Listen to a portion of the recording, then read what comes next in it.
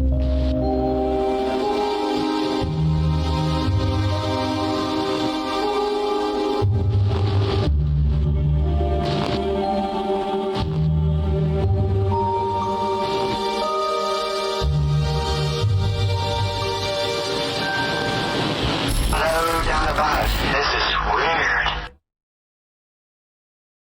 the land of elves, flying through the internet to your device like Santa's sleigh, hauntingly unexplained or cheerfully unexplained and downright weird.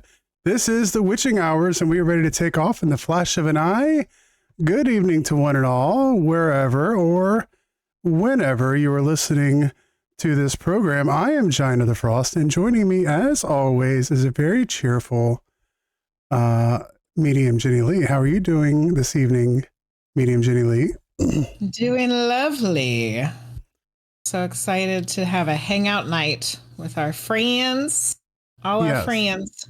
Yes, it is. Yeah, we don't get to do it a lot on the witching hours. No. We always have like a million things going on. We can't yell at you guys during the middle of a podcast, but tonight is just hangout night. So now we can say hi to everybody. Hi, CMC. Hi, Keisha. Hi, Dragon Jules. Hi, Amber. Hi, Journey of Self-Discovery. Hello, Luce, who's driving. Be safe. Yes. Yeah. Frosty Claus. Mm-hmm. I guess I'm the elf. What? The elf. I get to be the elf today. You're not Mrs. Claus. I mean, I could be, but Mrs. Frosty Claus. I'll be the elf.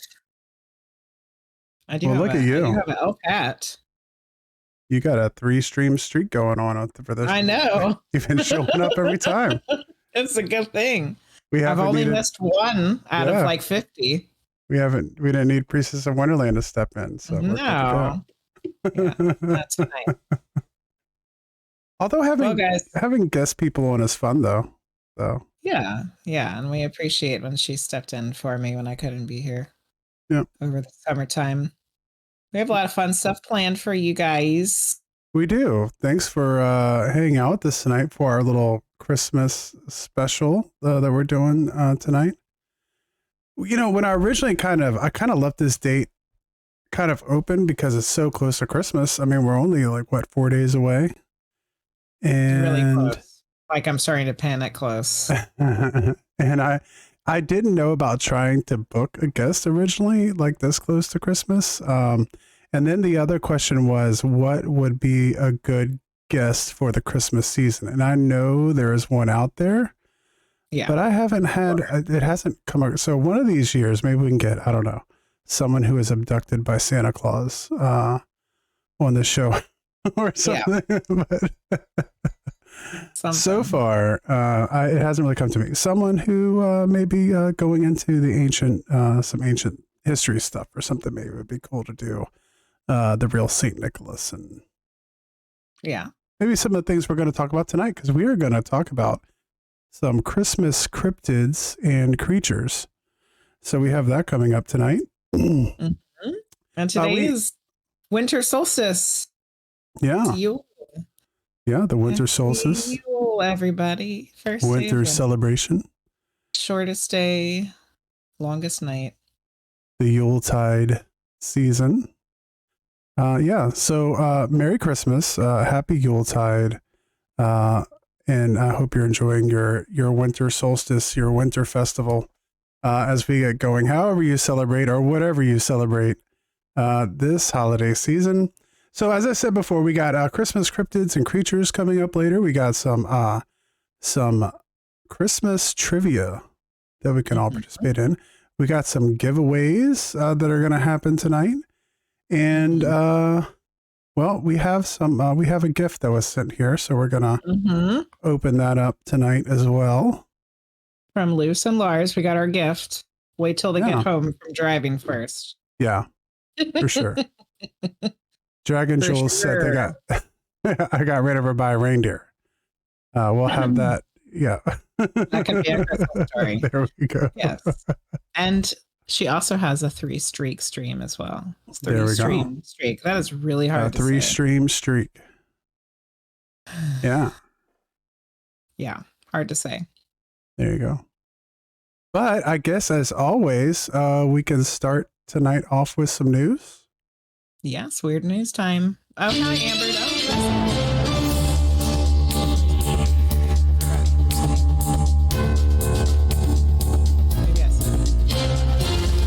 Oh, maybe I forgot I said it. All right, so I loaded up on the news tonight because we have a little bit extra time. We're not trying to get lightning fast to a guest like we are sometimes on this show. Mm-hmm. So we're starting off tonight with one thing we've talked about before. It's been 2 months. Why can't NASA open the asteroid sample container? If you missed it last time, this shit cracks me up, man. It's like, this is humans at its best. We can send a damn container with some robot to collect a bunch of shit off an asteroid, but we'll be damned if we can get the jar open when it comes back. Yeah, the proverbial pickle jar here, or peanut butter or whatever it is. I feel like jelly is a common culprit, the jelly jar. So in September, fragments of a near-Earth asteroid were carefully dropped off in the Utah desert. The space rocks hold clues to the origin of the solar system and can possibly answer crucial questions about how our planet came to be. If only we can get to them first.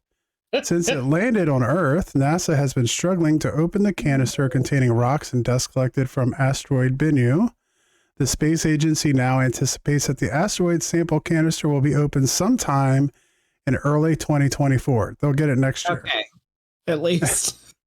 They're putting it off till January. Like, oh, can't do it now. It's Christmas time. It has to, as it fashions new tools to help crank it open while still preserving the pristine rocks. The curation team for their OSIRIS-REx mission has been having trouble opening up Tag Sam, which is being carefully handled by members of the team through a specialized glove box under the flow of nitrogen to prevent contamination. So this canister is like inside a container, and then they have to like put their hands in the gloves. So like it's not introduced to the outside world, and therefore it doesn't have like any contamination to the rocks. So it's like still in a pristine environment. So it's not like they can, get the old wet rag out and like hold it over the knee. They have to do it through these gloves and stuff inside this container. The team did manage to. They need Doctor Who's sonic screwdriver CMC. That's what they need. There you go. The team did manage to collect some material from outside the Tag Sam head. When the aluminum lid to the sample canister was first removed, team members found black dust and debris on the avionics deck on the canister. They also removed some of the material from inside the canister with tweezers or a scoop while holding down the Tag Sam head's mylar flap. The bonus sample of Tag Sam, the U.S. 1.16, it was a $1.16 billion mission, has already proven its worth. Scientists performed an early analysis of the asteroid sample and found an abundance of carbon and water molecules, supporting the theory that the building blocks of life may have made their way to Earth via asteroids. One can only imagine what more Bennu can offer once scientists can get to the bulk of its sample. Hi, Norsk. Yeah, that story is, I mean, and I realize that there's many more layers of opening this thing than just like, twisting the lid or whatever, but it's still really hilarious. And I think Build that the jar up too far. It sums us up as humans. I think it's the perfect example of humankind. We try really, really hard, and somehow we just can't get it right. Yeah, you can spend $1 billion and send a probe to an asteroid, land on it successfully, gather materials into a jar, come back to Earth, land. Yes. Like everything was done without fault. It was like just a perfect. I mean, just imagine the math and the ingenuity. I mean, just a whole nother level of, if you actually lay it out and think about what they have to accomplish, it almost seems impossible. And they do it, and then they can't get the damn lid to open up. Oh man, it's just too much. Man. Well, in other space news, Voyager 1 is returning a mismatch of ones and zeros from space. NASA is baffled. So Voyager 1, the most distant human man-made object from Earth, is sending back a repetitive jumble of ones and zeros that don't make any sense. Scientists at NASA are desperately trying to fix the glitch from 24 billion kilometers or 15 billion miles away. The probe can still receive commands from Earth, but messages to interstellar space require approximately 22 and a half hours of travel. Which means it's about 22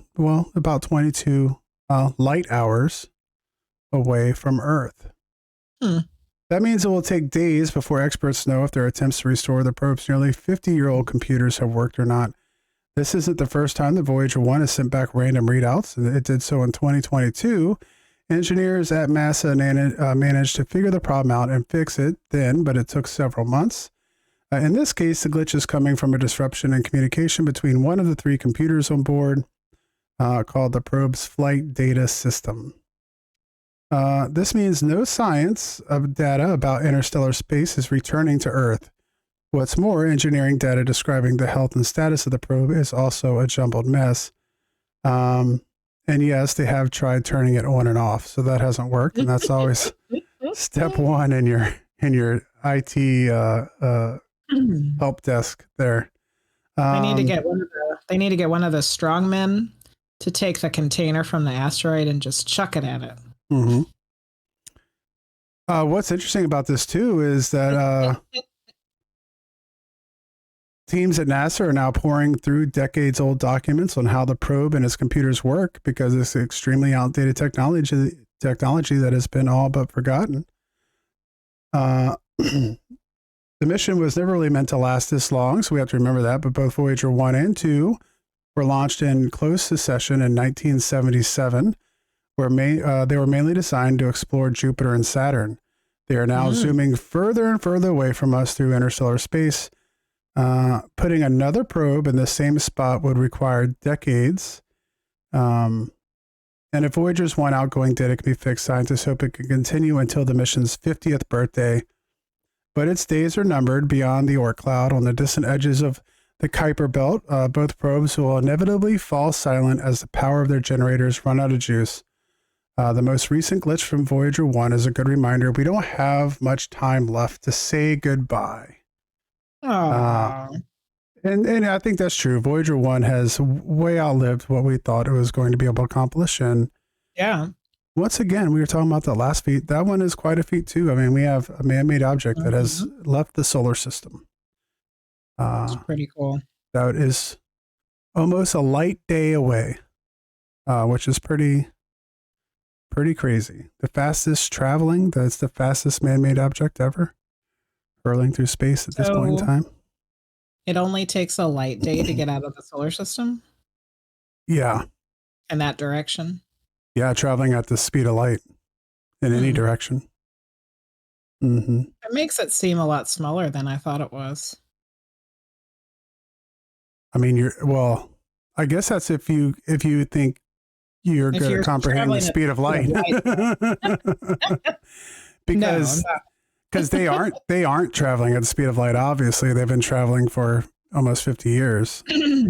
Let's look it up real quick.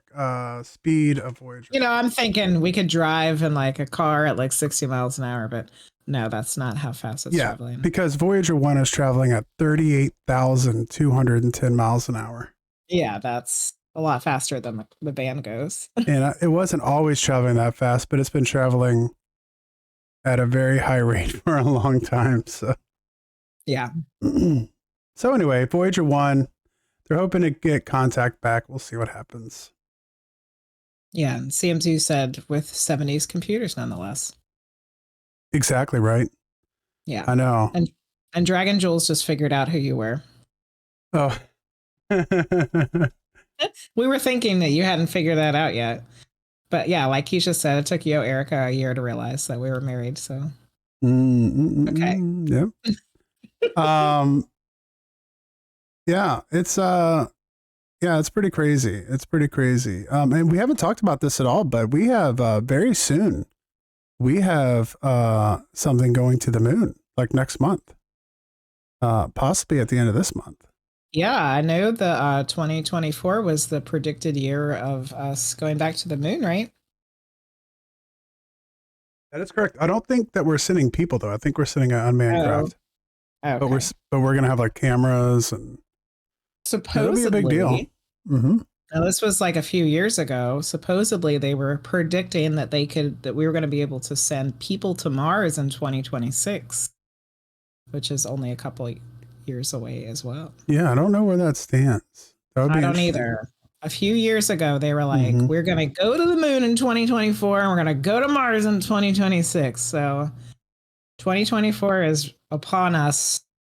See what we can do. And the moon is the big one because I think they want to try to set the moon up as a launch pad for Mars, essentially. Yeah, that's exactly what they're doing. Yep. Mm-hmm. Mm-hmm.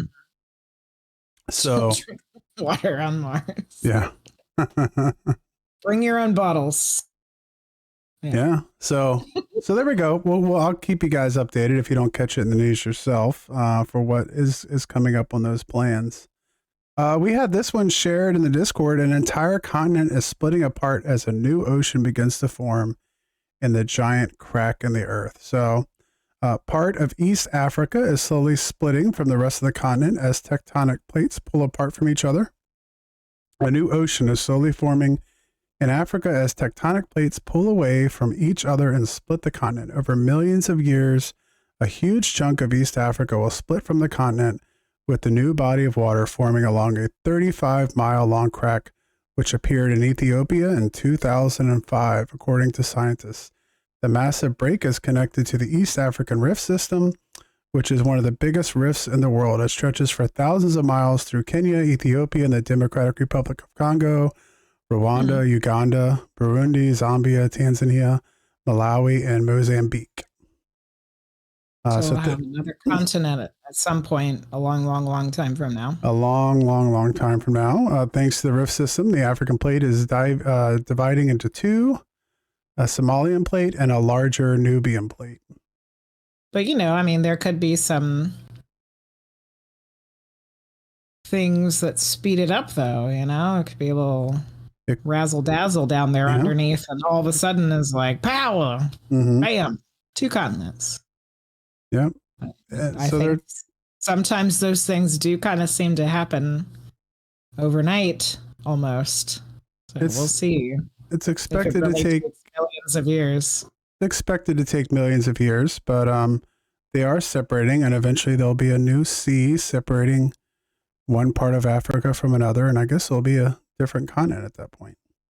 I hope they give it good names. We need good names for things. Mm-hmm. That would be weird to have to name a new continent, Yeah. Like they've been the names for so long. Mm-hmm. But I guess we got a few 100,000 years to continue to worry about it. Yeah. Number 4 tonight, Neil deGrasse Tyson, a famous scientist working at the New York. What is he works at? The New York museum with the astronomy and stuff there. I always forget the name of it. Really? Yeah, he's asking to share the data on the alleged alien life. So we had the gentleman from Mexico Unexplained on, and we talked to him about the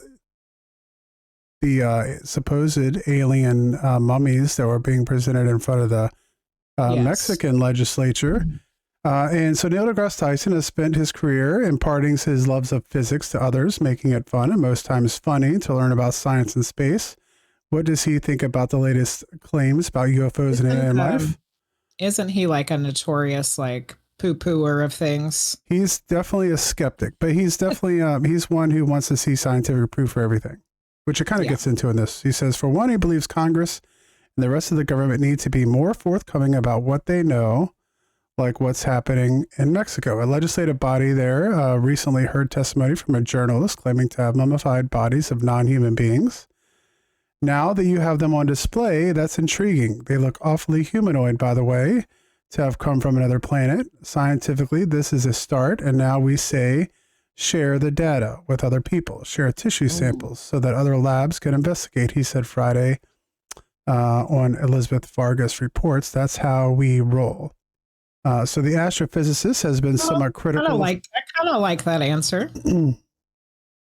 No, I tend to agree with like the way he goes about things. He just he's not someone who's going to say the aliens are real until we have DNA evidence. You know what I mean? Mm-hmm. So the astrophysicist has been somewhat critical of claims from whistleblower David Grush, who says the United States is covering up knowledge of a decades-long UFO crash retrieval program. Congress has included in this year's annual defense authorization a measure that would require the disclosure of UFO records, a small win for those fighting for transparency.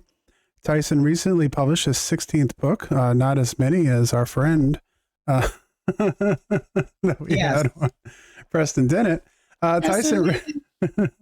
Tyson recently published his 16th book, To Infinity and Beyond, which explores big questions such as what happens when two black holes emerge and what's the shape of the universe. It chronicles in a very candid, controversial way the urge to think beyond ourselves and the history of human thought. Every next advance improves on what the ideas were before, and then you accomplish things were once considered beyond reach. So there we go. But yeah, I put that in there because I kind of agree with you. Like, yeah, whether you're a skeptic or whether you're a believer or whatever the term is there, the evidence does have to be shared. It doesn't do any good to hide it, you know? No. And if those little mummified critters really are aliens, and, you know, it only takes like a little tiny scraping to do some DNA testing. So scrape away. Art Bell used to have a saying that he got from a guest he had on one time, and he used to use it all the time, but he used to say, if I get this correct, that it only takes one white crow to prove there are white crows. Yeah. Mm-hmm. You know, like you can say there aren't any until you find one. And then once you do, the argument's over, you know? So if like, if we were to get something like that, it would be a difference maker for sure. Next story tonight is the bombshell. Hold on. So I've been listening to Preston Dennett and Dolly Saffron's podcast. Mm-hmm. And the third episode actually is a guy who is going through a previously published book and they're making illustrations for it of what you were just talking about, which was all of the UFO crash recovery stories. Mm. And that's they're making really like a thing of all of them. Okay. Yeah, well, I think the person who had investigated and documented, he's since passed, but there's like over 100 of them that he had collected evidence for. So the man that Preston and Dolly had on the show for episode 3, if you're interested in listening to it, was having himself and some other artists illustrate all of them. And then they're going to put them back together in like another book. It was really interesting. Yeah. Sounds like it. Next news story tonight is the bombshell and the disappearance of missing flight MH370. So this is something that people have been following for a long time and really never gotten any good answers on. Mm-hmm. But an Australian fisherman... The Malaysian one, right? Mm-hmm.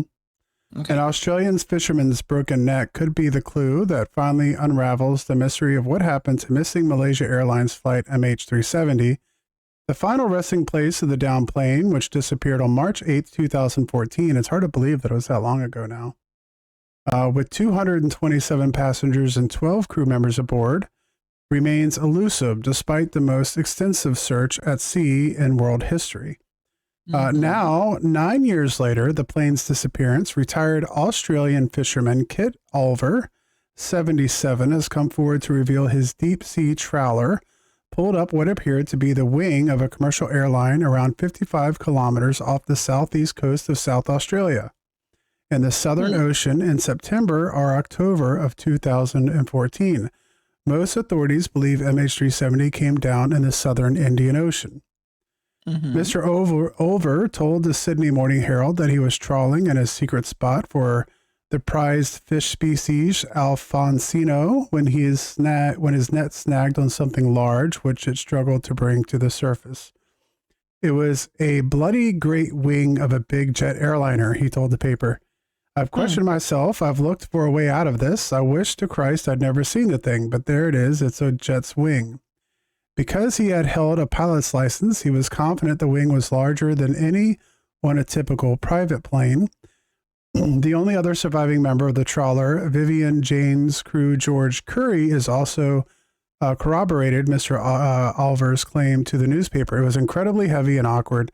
It stretched out the net and ripped it. It was too big to get up on the deck, Mr. Curry said. As soon as I saw it, I knew what it was. It was obviously a wing or a big part of it from a commercial plane. It was white and obviously not from a military jet or a little plane. After struggling all day to free the object, Mr. Alver ordered his crew to cut the $20,000 net free and let it drift back into the comparatively shallow depths of that part of the Southern Ocean. Mr. Alver told the Sydney Morning Herald's Tony Wright he could locate the spot, which was about 55 kilometers west of South Australian town of Robe, and shared its GPS coordinates. He says he tried to tell authorities of his find soon after returning to port by phoning the Australian Maritime Safety Authority. A few hours after making the call, he was contacted by an official who told him the find was likely a shipping container and that had fallen from a Russian ship in the area off Robe. The AMSSA told the Sydney Morning Herald they had no record of Mr. Alver's call. I bet they didn't. Mr. Alver believed it was the right thing to do to go public with this find. It can help the families of those aboard the MH370 finally know the fate of their loved ones. Earlier this year, families of those on board MH370 called on the Malaysian government to allow the American seabed exploration firm Ocean Infinity to mount a new search for the missing plane. Once again, another thing that doesn't get investigated correctly. Yeah. That happened in 2014. That was 9 years ago. Almost 10 years ago. Yeah, almost 10, which is, it doesn't seem like it was that long ago. But there's been like that. He found the wing in 2014 as well. Yeah, that's when it went down. Like, yeah. That's ridiculous. Mm-hmm. I don't know. There's a Suzanne Spooner QHHT session where the higher self says it went to a different dimension, but that's a whole different story. Well, probably not if the wing's sitting at the bottom of the ocean. I don't know. Like CMC said, there's no evidence. There's no evidence. He didn't have any part of the wing. Did he take any pictures of it? Are there pictures? Is there a piece of it? Well, he has the GPS coordinates, so I guess they can search for it again. They can. Yep. Dragon Jules wants to know what's going on with the Uinta Basin, the skinwalkers. The Utah Basin. Yeah. I don't know. The last thing I've heard about that, Dragon Jules, is probably what everybody else heard. We watched the last season of Skinwalker Ranch. There's some interesting, TV shows. You have to be a little bit skeptical, but man, there's been some pretty intriguing stuff happening there. Regardless of kind of how you see that. That's probably something we could talk to Preston Dennett about next time we have him on. You guys want to have some questions for that, we can definitely ask him. The last story for tonight is an orange tabby cat named Taters steals the show and first video sent by laser to deep space. So an orange tabby cat named Taters stars in the first video transmitted by laser from deep space, stealing the show as he chases a red laser light. The 15-second video. What are they sending it for? Is there somebody out there? I'm getting there. The 15-second video was beamed to Earth from NASA's Psyche spacecraft 19 million miles away. It took less than 2 minutes for the ultra-high definition video to reach Caltech's Polymer Observatory, sent at the test system's maximum rate of 267 megabits per second. The video was loaded into Psyche's laser communication experiment before the spacecraft blasted off to a rare metal asteroid in October. The mission team at NASA's Jet Propulsion Laboratory in Pasadena, California, decided to feature an employee's 3-year-old playful kitty. The video was streamed to Earth on December 11th and released by NASA this week. Despite the vast distance, the test relayed the video faster than most broadband internet connections here on Earth, said the project's Ryan Rogalin. But I still can't get my cell phone to work in the middle of... yeah, and your bit rates drop into the depths of hell during your Friday night streams, I guess. But I'm really glad that they didn't actually send taters. They didn't send taters to the asteroid. They just sent a video of taters to the asteroid. Yeah, now you just got to get some of that laser communication going for your streams and you'll be ready to go. CMC said a wing will flutter down in the water like a maple seed and could be within hundreds of miles of that spot now. Yeah, it could. Definitely. And not to mention like tides and currents and all that stuff when it was going back down, it could be carried away for sure. Yeah. NASA wants to improve communications from deep space, especially as astronauts gear up to return to the moon with an eye towards Mars. We were just talking about. There you go. We were just talking about that. The laser demo is meant to transmit data at rates of up to 100 times greater than the radio systems currently used by spacecraft far from Earth. More test transmissions are planned as Psyche heads towards the main asteroid belt between Mars and Jupiter, but taters won't be making any more appearances, according to JPL. An art director at JPL's design lab couldn't be prouder, but doesn't want his cat's newfound celebrity to go to his head. I'm celebrating his spotlight with him, but making sure he keeps his paws on the carpet, Harris said in an email Tuesday. Good old taters. So, I mean, that's pretty much what the internet is for, is cat videos. So we're just bringing that out into space. Just taking it all the way out. So deep space. Yep. All of the ET species are looking down on us and thinking they can't get a jar open, and they're sending cat videos into space. Yep. And that was the weird news. Yep. ET cat memes. There we go. That's what we need. We need the ETs to send us back like a video of taters turned into a meme. Then we'll know that they exist. For sure. We'll get the Palladians on it. That sounds like something they would be up for. So it looks like the pizza's there. So that's good, Dragon Jules. We got pizza going on. Hopefully you got enough for everyone. Pizza time. Do we want to open our package from Luce and Lars? Are they back home yet? Yeah, they made it home quite some time ago. Okay, excellent. Okay, I think I need scissors. Frosty, do you know what it is? I do not. I know what it is. Oh, you know what it is. I did not know. Yeah, I do know what it is. I mean, I don't know the specificities of it. I don't know exactly what it is. But I do know what it is. You've been home so long, now you're eating dinner. Dragon Jules is sharing the pizza. Okay. Journey wants to know what the toppings are. That is important. Yes. Hopefully no pineapple. So, Frosty, this is what we got. We have 2 boxes of Joanne's Fudge from Mackinac Island. Wow. That's good stuff. Ooh. Fudge is a very special thing. Yes, it is. Let's open it up and see what kinds we got here. Mackinac. Oh, Mackinac. Mackinac.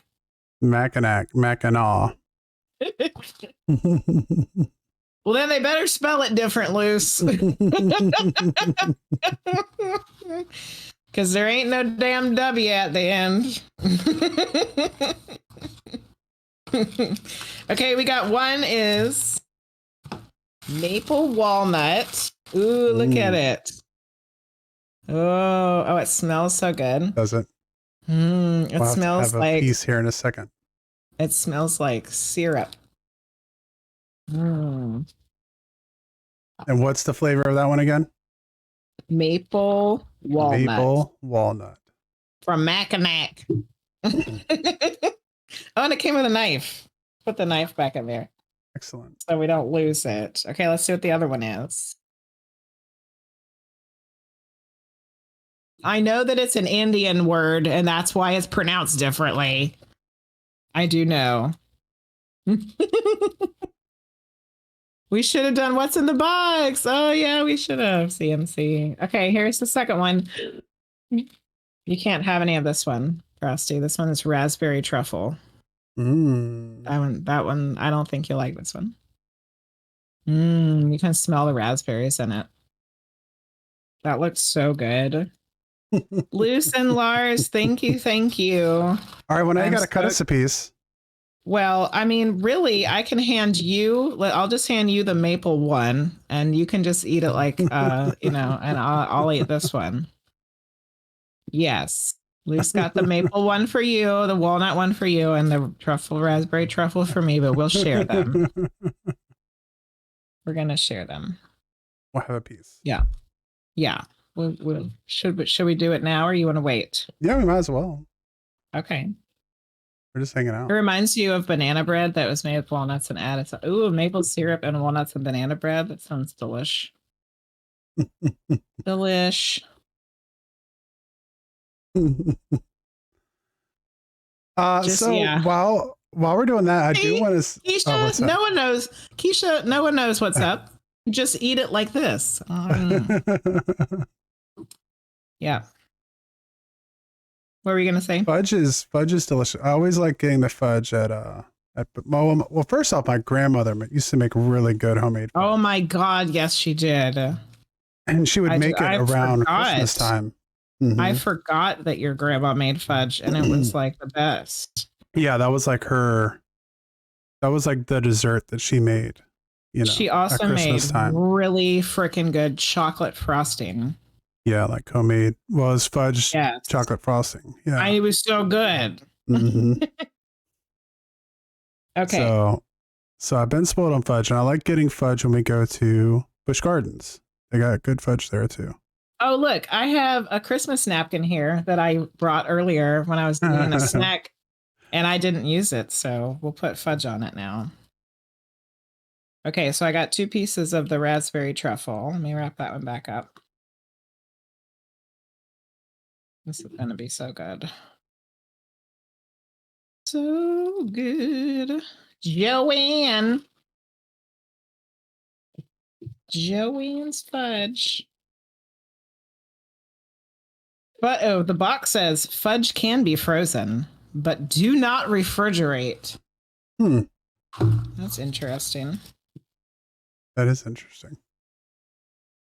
So real quick to catch everybody up while you're finishing that off, the shows that we have coming up for the witching hours. So next week, right here, next Thursday. Yeah. I think is kind of become one of the shows we talk about the most. I think it's one of the more fun, like the most fun ones. Yeah. So if you haven't been here before for the one that comes for New Year's Eve, we do our predictions show. So we will go over, we did this last year, and so we'll go through and go over the predictions from 2023. I'm making a prediction that this fudge won't last till the end of tomorrow. Till the end of 2023. So we'll go over those predictions that everyone shared with us last year. We had Yo Erica on last year. We had Priestess of Wonderland. We had Charity.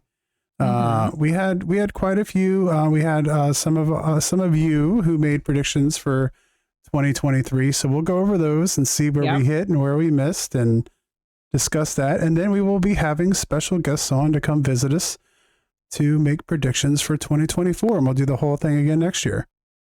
So if you have a prediction, whether it is just intuition, whether it is clairvoyance, if you were the next Nostradamus, or whether you use your tarot cards or tea leaves or whatever it is, if you have a prediction or even if you have none of those, you just have a gut feeling, feel free to enter.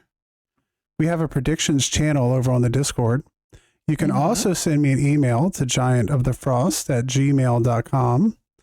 And we will be having some guests come on live to share their predictions and go over their predictions as well. And for those who joined and went over their predictions last year, we can talk about those with them too. I know we're going to have Priestess of Wonderland on. We are going to have Terra Mama on. We are going to have Michael Mantis on, and maybe more. So we're still in the process of getting that all together. So that's going to be next week's show. And then the week after that, the first show of the new year, Michael Mantis is going to be joining us again to do, to come on as a guest. And here comes the fudge.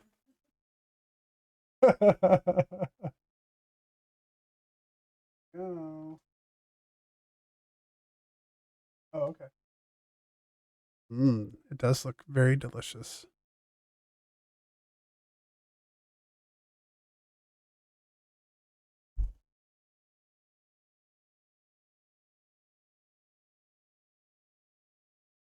Okay. Excellent. What the heck is potato fudge, Dragon Jules? Potato fudge? Yeah, I don't know if I've heard of that before. It's fun because in the summer because you can watch them make it. That's neat. All right, I'm gonna eat some of the maple one first. You know, there's a place in Norfolk, Virginia, where I used to live. It's not there anymore, but the place is still there. There's a place called Waterside, and there's a huge mall there, right on the water there in Norfolk, which is where, if you're not familiar, a huge naval base is there. So lots of water. Yeah. Biggest naval base on the East Coast. There was there's a huge mall there that was right next to the water, and you could take a ferry from there, all kinds of cool stuff. But they used to have a fudge factory there. And the way they would do it is they would make it in front of everybody, but it was also like a musical. Oh, I don't remember that part. No, it didn't exist when you were little. I mean when you were little. It existed when you were little. It didn't exist when you went with me when we were younger. But I had been there before I met you. Oh, you had? Yeah, we went there on a field trip because we went to the aquarium. I remember they would make the fudge. The Naval Museum or something. Yeah, I went there later and it was just like a shop, but they used to like sing and dance while they were making it and everything. Was crazy. You made it sound like you were like way older than me. Yeah. Well, I'm a little older. It wasn't there when you were little. When you were little. When you were a young whippersnapper. I mean, you are older than me, but you know, not by that much. No. The maple is very good. It is delicious. So anyway, that was a fun place to see them make it. I just reminded me when Luce was saying that it's fun to go in the summer because you can watch them make the fudge. And it is fun to watch. Fudge is really interesting to watch because they have to if you've seen fudge made before, it's like very, I don't know, it kind of has a little bit of I guess now that would kind of be like a ASMR kind of thing with like the movement, like having it go repetitive, like put you to sleep kind of thing. Yeah, I guess so. Not when I make it. This is why I don't turn out very good. Yeah, yeah. My mom makes good fudge, but she doesn't make it very much anymore. Because the real fudge, because they have like quick fudge that you make, but like to make the real fudge, you have to spread it out on like a marble table, and then you have to Oh my God. It's crazy. Yeah. This raspberry truffle one is like unbelievable. We're going to have Stephen and Leslie Shaw on the 11th after Michael Mantis on the 4th. We're going to have Jackson Skellhaus on the 18th. What does that guy do?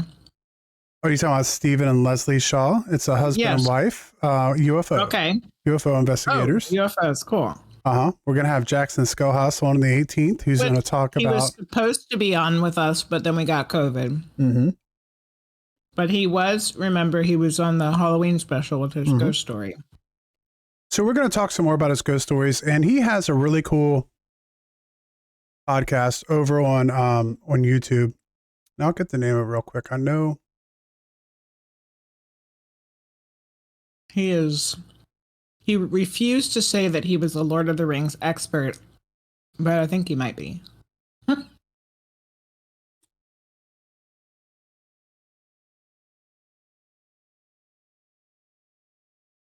Man, this fudge is good. Thank you, Luz. Yeah, so his podcast. Thank you, Lars. Yeah, thank you very much, and Merry Christmas. Thank you for the gift. We appreciate it so much. It's delicious. It's so good. And it's very good. I'm also going to have to be drinking something because it's I'm hoping that my children don't like it. That way there's more for us. Oh, we're going to have to hide that. That's going to go on a special. They can get all the crappy candy and stuff that we have out there. Yeah, they like all the sweet, like fruity candy crap anyway. Yeah. We'll put a box of Tic Tacs out and they can have those. We'll keep the good stuff hidden away. The best gifts are edible. He has a podcast called Exploring Arda, and he goes over a lot of the other texts that Tolkien wrote besides the Lord of the Rings and the Hobbit, going over the Silmarillion and some of the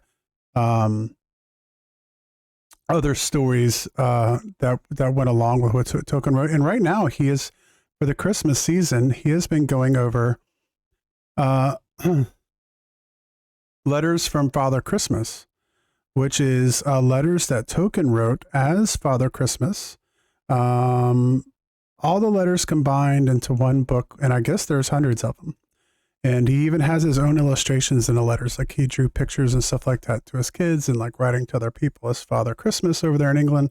So that's been fun to kind of watch him read through. So go check him out. You can find him at Jackson Skelhaus over on YouTube. He's going to be coming on the 18th. We're going to also talk not about his ghost experiences, but also like the spirituality of Tolkien and how spirituality kind of makes its way into Tolkien's Middle Earth. We're going to have, I don't know how to pronounce his last name. I have to ask him. Maybe you do. Jenny Gill is going to be coming on the 25th. Is that Jaffe? Jaffe. Oh, we're going to have Jill. We're going to have Jill. Gil. We're having Gil on. Yeah. We're having Gil on the 25th. I think it's Jaffe. Yeah. Jaffe. Gil is one of the guys that we made friends with at the Lake Shawnee event. Yeah. And he's been doing a ton of investigating. He was coming on. I like Gil. And, like we had the Forsaken Souls, family on, and they're great people. We had a blast with them out there at Lake Shawnee. A really good time. But when they say they're investigators, they ain't kidding. If you follow them on Facebook, I mean, they're doing a different investigation every night. They don't sleep. I can't keep up. And they were, huge thanks to Gil. But he was like, hey man, we're hitting this tonight. You guys want to do the witching hours from there? And I was like, he invited us to come up to like New York, Connecticut and New Jersey. Yeah. And, like they just want us to come. And I'm like, man, for us to get out of the house, it's a children. It's a task. I got a day job. Yeah. So we definitely want to get out there and do more stuff with them. And we are in January. You know what? I haven't put this down. I don't know if we do on the 20th. So after Jackson's show, we're going to be at the Hanover Tavern. So we are going to be doing a remote. And we didn't even know, but Irene and Danica are going to be there too. Yeah. We were talking to them after the last show they were on. Yes. And we were like, hey, where's somewhere we can meet? Like what Paracons are you guys doing? Like, oh, it's so sad that we didn't get to see you at the Lake Shawnee thing because Irene couldn't come. And I was like, well, we're going to be doing the Hanover Tavern. And they're like, wait a minute, in January? Well, we're going to be doing that too. I'm like, oh my God. And so they're coming to this is like in our hometown pretty much. It's in Richmond. And they were like, and we're like, you're going to be in our home. So they're going to be very busy, but we're hoping to meet up with them and maybe show them a good place to eat in Richmond or something. And then we'll be doing the Hanover Tavern. And so we're going to be doing all the investigations there. And we're going to have a table set up as a, what do you call it? A vendor. a VIP vendor table we have purchased that we will be doing a live broadcast from Hanover Tavern during their Paracon there. Fingers crossed. That's on the 20th of January, so I guess we need to Fingers crossed that it's live. I know. Yeah. Hopefully because you know what? I wouldn't even. Well, we have the lap. Yeah, we have our mobile device, our mobile exploratory unit that we'll be taking with us. So as long as there's some decent Wi-Fi, we should be good to go. And it keeps going. On February 1st, we're going to have Austin Wells back to the show. We were talking about all kinds of things like, for Austin Wells, that we're going to be discussing paranormal. He hasn't been on the show yet. I was about to say, I don't remember this person. Was that investigation. One with the Wonderland? Yeah. We're going to have another paranormal investigation. He's going to come and talk to us about his stuff. On the 8th of February, we have Marv Matura. He's going to be coming on. He is a psychic and tarot reader, and he is also a musician. And you can check out his YouTube, Marv Matura, and MARVMACHURA. It's all on our website. And we're hoping cool stuff. We can, he seems like a cool guy to talk to. So I'm interested to have him on. We're going to see if he'll play us a song. We don't have anything scheduled for the 15th yet. So maybe we could just schedule that to be another hangout night or something. We'll see what's going on with that. Then on the 22nd, we have Ron Moorhead coming on the show to talk about Bigfoot. And if you know anything about Ron Moorhead and Apple Burrito, I don't know if Apple Burrito is kicking around tonight, but Apple Burrito is really wanting a Bigfoot guest, and we have one. And we have a big Bigfoot guest because he has recorded lots of amazing Bigfoot sounds. And has actually released like CDs, like records and stuff you can buy of all the sounds that he's recorded from Bigfoot. I've heard some of them before, and they are quite intriguing. They're amazing. Quite intriguing.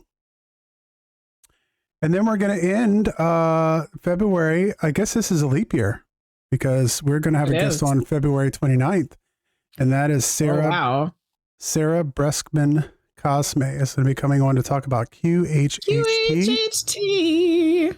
I'm so excited. She's BFFs with Suzanne Spooner. And I can't stop listening to those YouTube videos.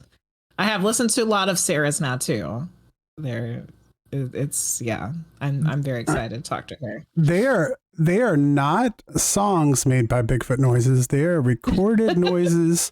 So, Luce, I think you got two guests mixed up there. It's like the Marv. Well, he Marv has CDs and stuff. So songs. Ron Moorhead, and if you want to check some Ron Moorhead is the Bigfoot guy. It's on different people. Yeah, you can listen on YouTube, and it is. This started in the 1970s. He was going up. He's very much an adventurer. He's been to South America, and that's kind of what he does. And he was camping with his friends and stuff on the weekends up in the Sierra Nevadas. And they started having encounters with Bigfoot that would come into their camping sites to the edge. Well, I'll let him tell the story. But anyway, they would hear noises and possible communication between each other from the Bigfoot, Big Feet, Bigfootses. And he's recorded them.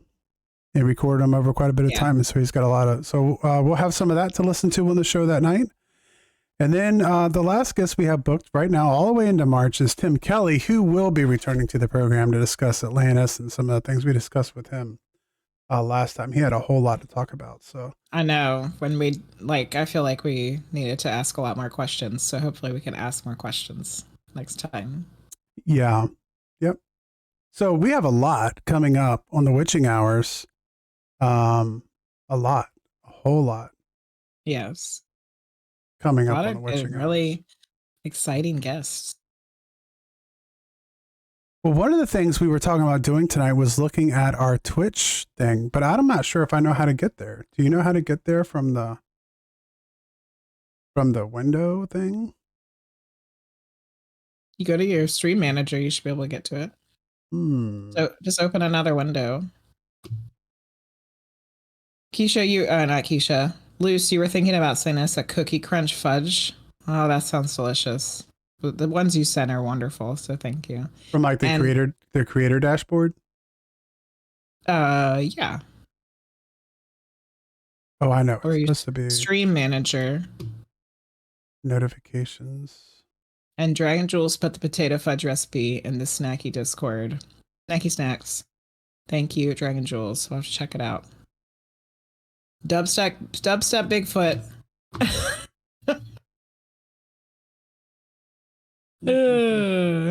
Well, I'm Oh in my yeah, stream manager. I don't know where it's at in the stream manager though. the cookie one. Mine was like right up at the top, so you could see it real easy. Maybe mine went away already. Maybe I waited too long. They should have sent it to your email as well. I can check that for sure then.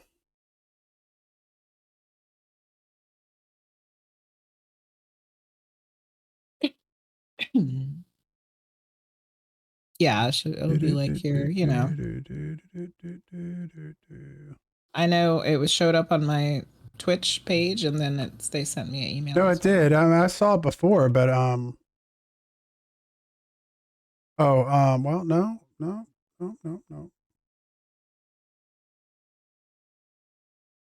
Well, I don't have it anymore, and I thought it used to show up on my.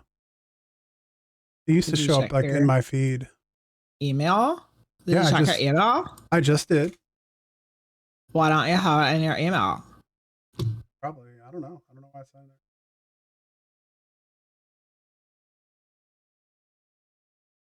there. Ay, ay, ay.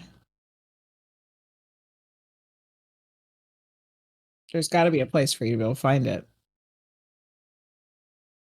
So what are we going to do next? Well, I look for wherever it's supposed to be. Twitch recap. Let's see if we can find it.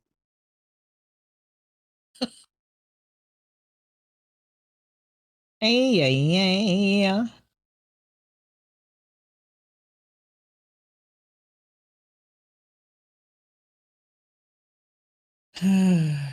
What's that? But you can't find it in your email. No, it's not in there. I don't know what to tell you. I can't make it magically appear. I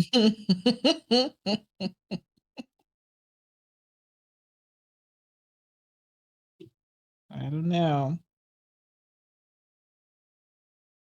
Well, what are we gonna do now?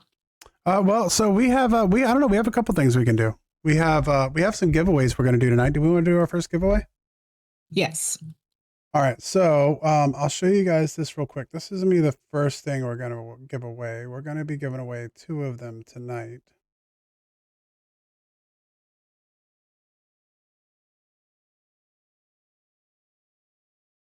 The Witching Hours Christmas ornament. Yay. Yay. Yes. A Christmas ornament. We're going to be giving away a Christmas ornament. Oh, wrong page. Okay. The Witching Hour wooden ornament. I had it made just for the giveaway tonight. We're going to be giving away 2 of them.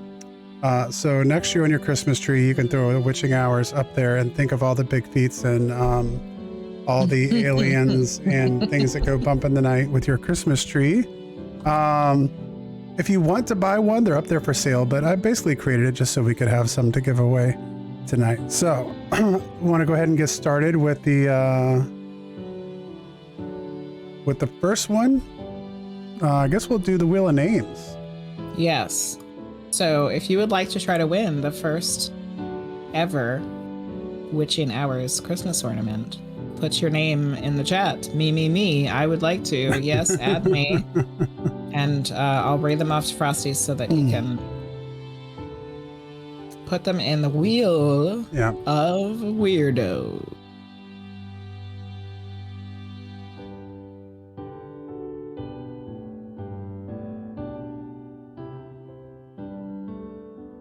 All right. And all those are being sent to us.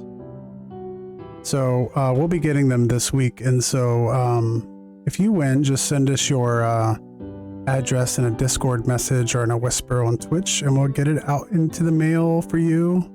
If we don't already have it, because a lot of y'all's addresses I already got. All right, you ready, Frosty? I already got Dragon the two, I Jules, see. Yeah. Amber. Okay, Who else? Who would like to try to win the Witching Hours? Everybody, anybody and everybody can jump in. Me.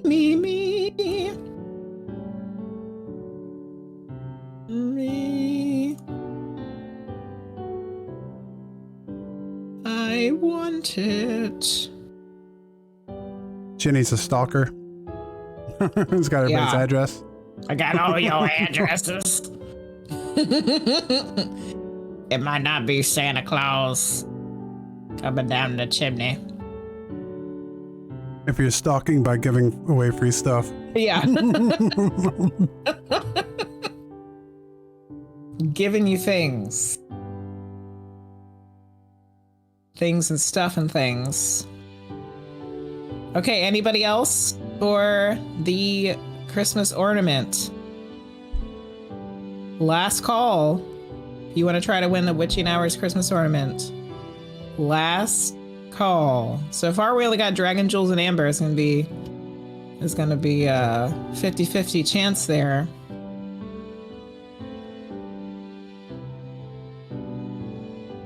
I've been trying to Google where you can find your damn annual recap. It might have gone away already. I don't. Oh no, here it is. I see it. It's on the. I see it. It's on this side. Oh, Twitch thank God. We'll do that next. CMC, add CMC. Add CMC. CMC was on the phone.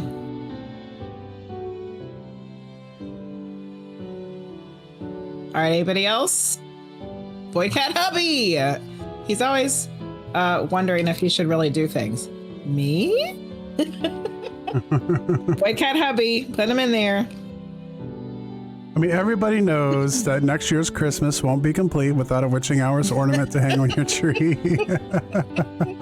It'll be the centerpiece. All right. I think that's good. Let's go ahead and we ready? spin the wheel.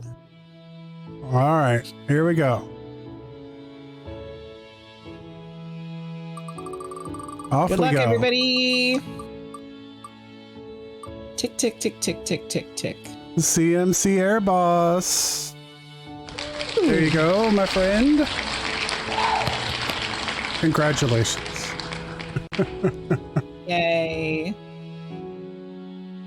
I think I have CMC's address somewhere. I do. So we're good. You don't have to send it again. I got it. Okay. If you didn't win this one, we have another one we'll be giving away later. Yeah, we're going to give away another one of those later. So just keep that wheel of names open. I'm sure it'll be the same people. Maybe add some extras. Congratulations. So, yeah. Congratulations, CMC, and Merry Christmas. We'll be sending that off as soon as we get it to our doorstep. We'll be sending it to yours. All right. Yay. So now I guess we can do the Twitch recap. Okay, you finally found it. Hot damn. All right. I'm excited to see it. You're excited to see it? Okay. I'm excited to see it. Okay, so here we go. Your year, well played. Let's see. Press start. So, your high scores in 2023, we have 741 hours watched of the Witching Hours, which seems insane to me. We've had 36 total streams, which isn't bad considering we started doing the show once a month. Yes. So, definitely more than 12 streams. I guess what we did 3 times the streams that we originally were planning to do. How many weeks in a year? Celebrate Christmas again. I don't know. Why are you asking me such a question? 52 weeks in a year. Am I correct about that? I'm really bad with numbers. I can't remember numbers. So not too shabby. We streamed in 5 different categories. But we kind of hang out in tarot because that's where people know us. That's what our friends is. And we have 7 clips, which I don't even know if I was aware of. I might need to put a clips channel on Discord so we can see the clips. Oh, yeah. Your top stream reached 54 viewers. Wow. It did? Yeah. Look at the chat sent. Good Lord. 12.32. 12.32K chat cents. Chats. Did I say cat cents? Chat sense. Chat cents. Chat cent. I have not been hitting the eggnog tonight, just so everyone knows. 12.32 cat cents. Oh, and this is fun. Talk shows and podcasts. Tarot. So talk shows was our number 1 category. Tarot was a number 2 category. And we played Rise of Kingdoms. I forgot we played Rise of Kingdoms on here. Yeah, I think Linguist and Keisha are still mad that we dipped out on that after a while. First Class Trouble. I was just thinking about First Class Trouble. We need to play that again. I loved that game. That was a fun game. That was a very fun game. That's Keisha chatting. Or Hogsters. Where is Hogsters today? What's he doing? Chill. Yep. Real chill. And our emotes. Cool. Oh wow, the Bigfoot Bigfoot Christmases are taking off, and of course sliding in from the rear there. Hadn't even been out very long. Yeah. Yeah. Which I guess with the new year, well, there'll probably be some that we redo once I get rid of the Christmas ones for the year. So if you guys have any ideas for some cool emotes for the witching hours, let us know. Yeah. I think we'll definitely have to keep the shaky "This is weird." I like that one. That's my favorite witching hours one. That's a good one. And I think the alien fits the channel pretty well, so we need to keep that one going. We unlocked affiliate last year. Yeah. We got affiliate. 3 goals. Mm-hmm. We don't set a lot of goals on this channel because we don't No, those are like the Twitch goals that they give you to get, you know. Oh, okay. All right. Yeah. Like you've had 100 something or others. You've had 20 people have talked at the same time. Yeah. Yeah. All those things. Mm-hmm.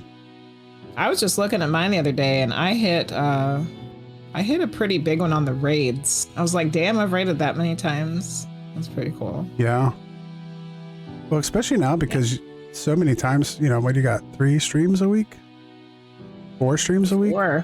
4 a week when I do them all. 10,000 channel points have been spent. Which is pretty crazy, actually, because we don't really have any channel point. We don't have a lot of channel point things. we don't have anything. The only thing we have is to highlight the message. Yeah. Mm-hmm. And we were just thinking, to unlock some emotes. Frosty was just thinking that maybe next year at some point we'll do a subathon on here. And then all of those really fun subathon things that you had come up with for me that were actually for Frosty, then he can do them on the witching hours. And then maybe we can come up with some extra special channel point redemptions so you guys can spend all of your probably bazillion channel points.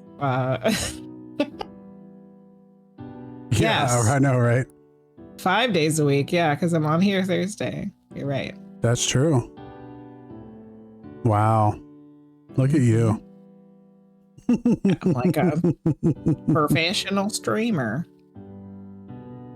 Or something. Was there anything else on the... Yeah. We built a community. 124 new followers, 17 subscribers, and 7 gifted subs. Nice. We've raided 31 times. We've gotten 6 raids. Received 64 shout-outs. And we've done 6 stream together streams, which is the new term for guest star. Yes. That's what guest star is called now. Yeah. Mm-hmm. And we'll be doing that next week with our I'll have like 3 or 4 new ones just next week. All of our stream togethers are with Priestess. We always use guest star with her. Yes. Here we go, guys. Now we can call you out. Fans. Who are the loudest fans? Taro Mama, Void Cat Loose, Hoaxsters, Priestess of Wonderland, Medium Jenny Lee, you, Giant of the Frost. Which is really odd because I don't know how I can't chat in our streams. No, this is like, how many times have people shouted you out? Oh, I got you. Yes. Keisha Mama, Amber, and Linguist. There we go. Keisha is gifting a sub to Luz. Thanks, Keisha. Gotta rack there up we them. go. Rack up them gifted subs. That was nice. Nice. Oh, there goes Keisha with another one. CMC.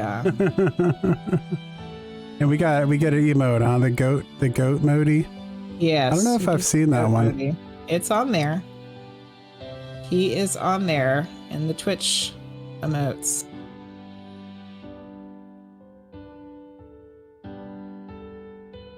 He's right at the top. There he is. Oh yeah, there he is. And there we go. Gifted another one to Void Cat Hubby. Bam! Thank you, Pow, Keisha. pow, Thank pow. you. Thank you. Thanks, Keisha. Keisha Mama. So that's our Twitch recap. We've done a whole lot of streams this year, man. Like I said, going from one a month, pretty much one a week. Yeah. All right. So next up on the list, do we want to try to do? Let's do this. Let's do the Christmas cryptids. We need to do. Well, I thought we should do the trivia. We want to do the trivia first. Yeah, let's do the Christmas trivia. Keisha, that was plenty. That was enough. Yes, we are getting amazing guests. Agreed.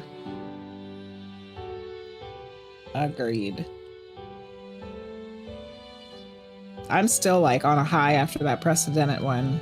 That one was spectacular. Well, yeah, and like we said before, that was kind of a special one because I've talked about this a million times. One of the reasons I decided to do this show was because of my kind of growing up listening to Art Bell, and so to have a guest on who I've listened to speak with Art Bell before was kind of like it was definitely a milestone. So it was great to have him on. There's Hoagie. What's going on, Hoagie? Heard us talking about him. Hey! You just in time for the Christmas trivia. Yeah. Yes, completion of a circle for sure. So, and that was a great guest, and we got some good things going on because it sounds like Ginny might be joining Preston, and I am. Yeah, it's January 22nd. Yeah, on their podcast. So that we'll have to tune in. That's a Monday night, right? Yes. So I probably won't do a stream that night. We'll tune in, and I'll be watching that, and hopefully see some of y'all there. We'll get the information on where to go to watch that. It is live, right? Yes, it's live. It's on the radio and all kinds of stuff. A lot of different places, yes. It's on the radio and on podcast form and YouTube, I think. So, yeah, lots of cool stuff going on. On Roku? Like it's on some Roku thing live as well? Yeah. Awesome. Yeah, we're looking forward to it. So, Jenny gets to go on the other side. Of the microphone. I get to have all the questions asked of me. Yeah. Plus, I'm going to be meeting with another guy this weekend to possibly be on another podcast called Closer to Venus. We're meeting up this weekend to talk about that as well. Excellent. All right, so the Witching Hours Christmas trivia. I guess we'll just go at this a little bit nonchalantly. So we'll get in there. We'll get the question. We got 10 questions, and you guys can put your answers in chat, and we'll see who gets it right here. So first question. Ready. Which popular Christmas beverage is also called milk punch? Milk punch. Oh, that makes it sound even more disgusting than it Which already is. popular Christmas beverage is also called milk punch? These should also have to be in Jeopardy format. I should have put them in Jeopardy format. What is This popular Christmas beverage? Yeah. What is eggnog? I don't like it either, Keisha. It's so gross. I love eggnog. My whole family likes it except for me. It's like the one thing that I don't like and they like. Usually it's the other way around. I even think the girls like it. And They do. yeah. All of the people in my family like eggnog. It's Like our girls won't eat anything except for like chicken nuggets, and half the time they won't even eat that, but they'll drink some eggnog. Yeah. CMC and Boyd Cat Hubby like eggnog. So there we go, eggnog. I think everyone got that one right. Milk punch. I'm gonna start calling it that just to gross you out a little more. Punch. You want some milk punch? You sure you don't? Yeah, Keisha. Apple cider is good too. Yeah. Especially when you put alcohol in it. How many ghosts show up in A Christmas Carol? How many ghosts show up in A Christmas Carol? Mr. Dragon also likes eggnog. Written by Charles Dickens. I've been talking about Charles Dickens a lot. I've been talking about Charles Dickens a lot. And has anybody seen the movie The Man Who Invented Christmas? It's a pretty good film if you haven't checked it out for the holiday season.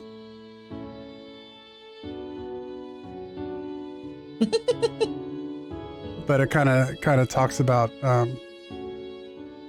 one of my favorite topics, Christmas. I wrote my master's thesis on it, so you know me, I love to talk about Christmas. But a huge impact that movie had. Okay, so we're going with. So Hoaxers is going with 3. We had some people say 3, and they've changed it to 4. And the correct answer is 4, because you have Jacob Marley. Not Bob Marley, but Jacob Marley. Is the first ghost that shows up. And then there's the 3. The 3 Norns. Past, present, and future. Past, present, future. Jinx, double jinx. All right, so most were able to correct and get it right. Jacob Bob Marley. Maybe Bob Marley did come by, and that's when he saw the 3 ghosts, but that's for a different reason. The movie Miracle on 34th Street is based on a real-life department store. What store is it? Jake Bob. Jack Bob? Jack Bob. Jack Bob Marley. Everyone's nailing this one. I was trying to put in some kind of tough ones. Everyone's got it. You didn't make these hard enough. I didn't make them hard enough. Maybe we'll get there. Not Sears. Not Sears. J.C. Penney's. Not J.C. Penney. I was originally going to make these multiple choice, but I thought that would make it a little. Kmart. Oh yeah, that's a good one. Kmart. Yeah. Kmart. All right, that's what we got. Which doesn't exist anymore, right? There's like no more Macy's. Kmart's open, right? No more Kmart's. They have reopened a couple of Sears. But I read an article about it the other day, because that's what I do. I read really obscure articles about stuff that no one should probably really care about. But Sears. There's a couple Sears that opened up in California. The company that took over Sears after they went bankrupt. And they think the reason why is because they still own the buildings that Sears was in, like in the mall. And they can't get anybody else to put things in there. So it's actually cheaper for them to open up some Sears and sell stuff in there than it is just leave them empty. Oh, wow. So the article was like, is Sears making a comeback? Because they've opened up a few stores, but they don't really think it's making a comeback. Although the stores look really nice. Like in the photos and stuff. I mean, it looked like old school Sears. So there's one Kmart left. A Kmart, believe it or not. Well, that's kind of like the Blockbuster. The one in Alaska or whatever. One Blockbuster. Yeah. Mm-hmm. Which you can rent for the night for like a sleepover party. Oh, that'd be a cool place to do the witching hours. Blockbuster. All right. So we got that one. Macy's. All right. Elvis isn't going to have a white Christmas. He's going to have a what? We rent the shop in the mall that was popular 30 years ago, and now it's almost empty except for a church and a gym. Same here, Keisha. Our mall is like... Our mall's not that bad, though. Our mall's pretty good. It's okay. The mall that was in Charlottesville was like super dead. Yeah. But then there's a mall in Fredericksburg that's like popping like it's 1992. It's so weird. Our mall has a Macy's, I think, and it has a JCPenney's. Yeah. And it has an empty Sears. Yeah, it has an Auntie Anne's pretzel, and it's got Spencer's and FYE. And it's got stuff in there. Yeah. They put a Five Below, and there's a Dick's Sporting Goods, and yeah. Hoaxers doesn't know this one. Everyone got it. It's a blue. He's gonna have a blue Christmas. Blue, blue, blue Christmas. In Home Alone, where are the McAllisters going on vacation when they leave Kevin behind? There's a nearly empty Sears in the mall near you. So you got one of the Searses. Our mall closed off into different buildings, but the owner doesn't keep up with it. And your roof caves in when it rains, but our lease is cheap and we have 3 more years. Then we can build or not. Wow.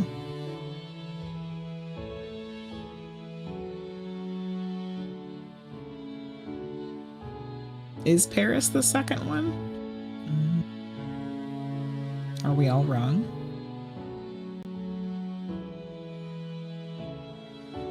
All right. It's just a seer now. Should have seen. Now Voidcat Hubby's got me wondering. Is Paris the second one? Are we all wrong?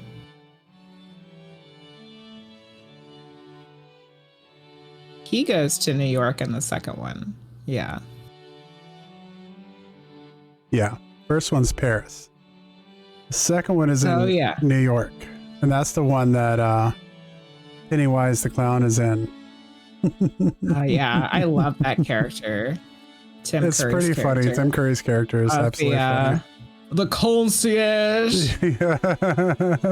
That part. The shower scene. With the shower, and he walks in there and he's like, "You've been kissing on so-and-so." And he's like, "Yeah. You've been kissing on?" Yeah, like, oh my God. It's so funny. Yeah, he kills it in that movie. He really does. Know. Tim Curry's the best. Now I want to watch that movie. All right, here we go. You don't answer this one first, Janae, because I talk about it too much. So let's see what goes on. In which modern day country was Saint Nicholas born in? But I don't remember the answer to this one. Well, you can type it in, but don't type it in like if you do know it, then don't move. But I can't remember it.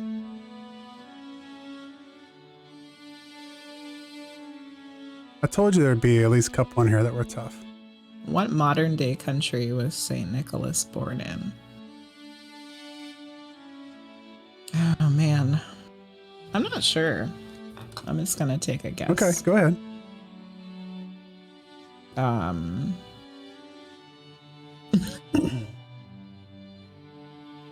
don't know. The U.S. of A. Everybody's from the United States. Jesus, Santa Claus.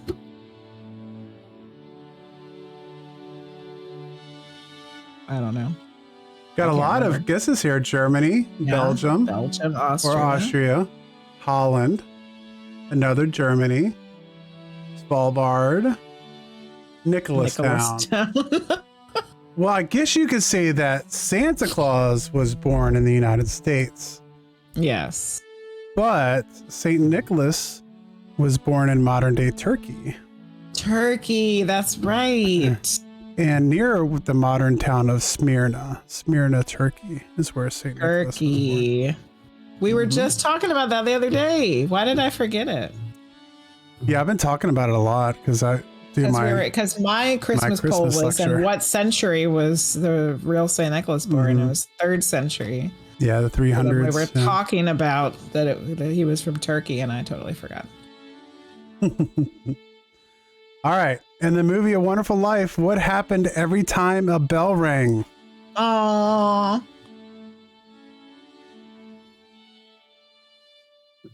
I used to have a shirt from just where this said if Turkey invaded Iran, would Greece help?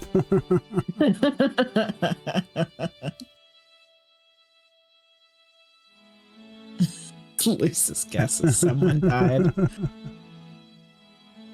I was gonna watch that movie while I was doing Christmas cards this year, and we watched a different movie instead. I haven't watched there's so many Christmas movies we haven't watched this year. What in the hell?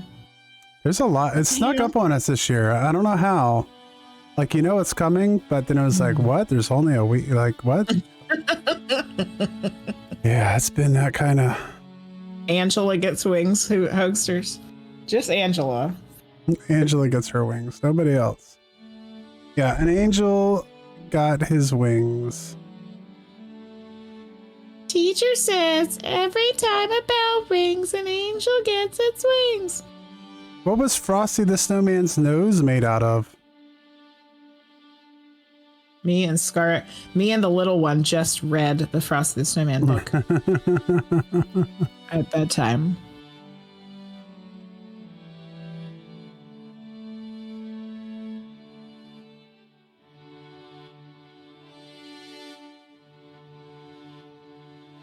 Every snowman's nose is a carrot, right? Yep. He had a corn cob pipe. And a button nose. And 2 eyes made out of coal. His eyes are coal. His nose is a button. Yeah.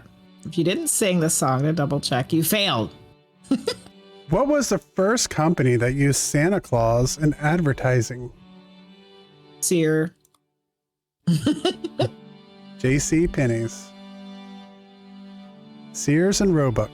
That's when you know you're talking to the old one there. Roebuck. Not even Sears. They had a Roebuck back in the day. You hear 10 versions of Frosty the Snowman at JCPenney's every day.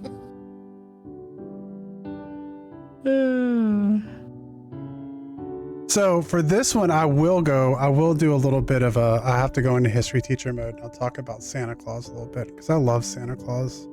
But we'll do a little bit of the history of Santa Claus and how Santa Claus kind of gets popular and kind of turns into the Santa Claus we all know and love today. So St. Nicholas, if you go back to if you look back at depictions of Santa Claus in the early 1800s, you get St. Nicholas.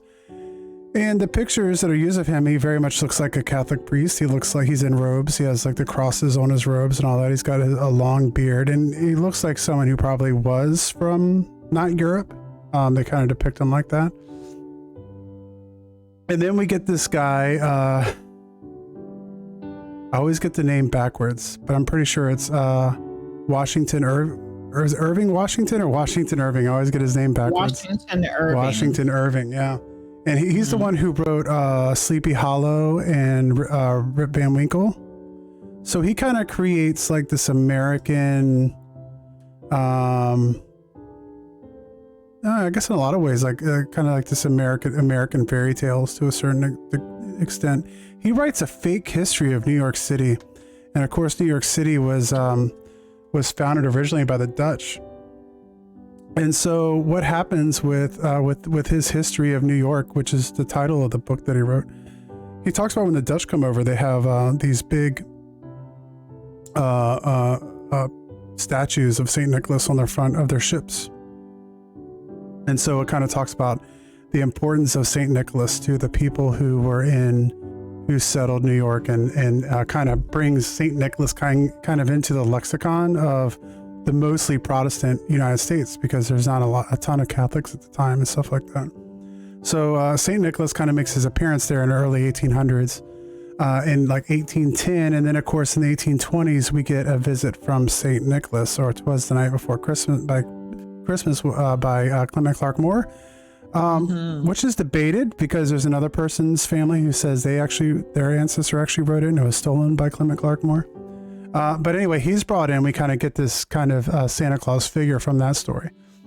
But then this guy named Thomas Nast, who's a German immigrant, begins to draw Santa Claus in Harper's Weekly during the Civil War period. And he's the first one to kind of draw Santa with the chubby cheeks and the pot little belly on him, and the hat and the robes and all that. And the reason I bring this story up is to kind of explain what happens with this advertising. But he draws them sometimes when there's color of it. He will have him in a red outfit. Sometimes he's in a green outfit. Sometimes he's in a brown outfit.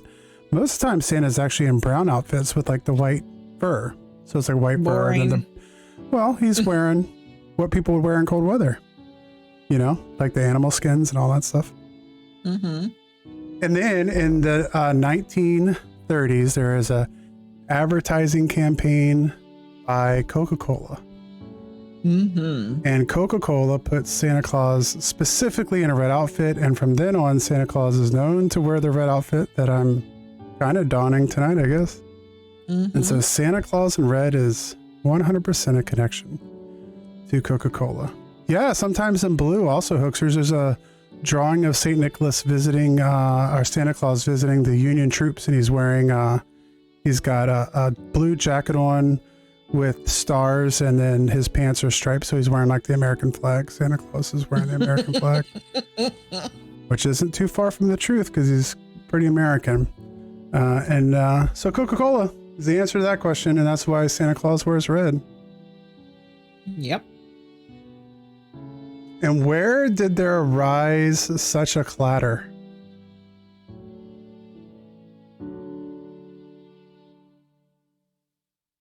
There's a Bing Crosby crossover song that a jazzy hip hop version that also makes me want to drop kick a Santa doll and walk around the store saying, "What in the Hannah Montana is this shit?" Oh boy.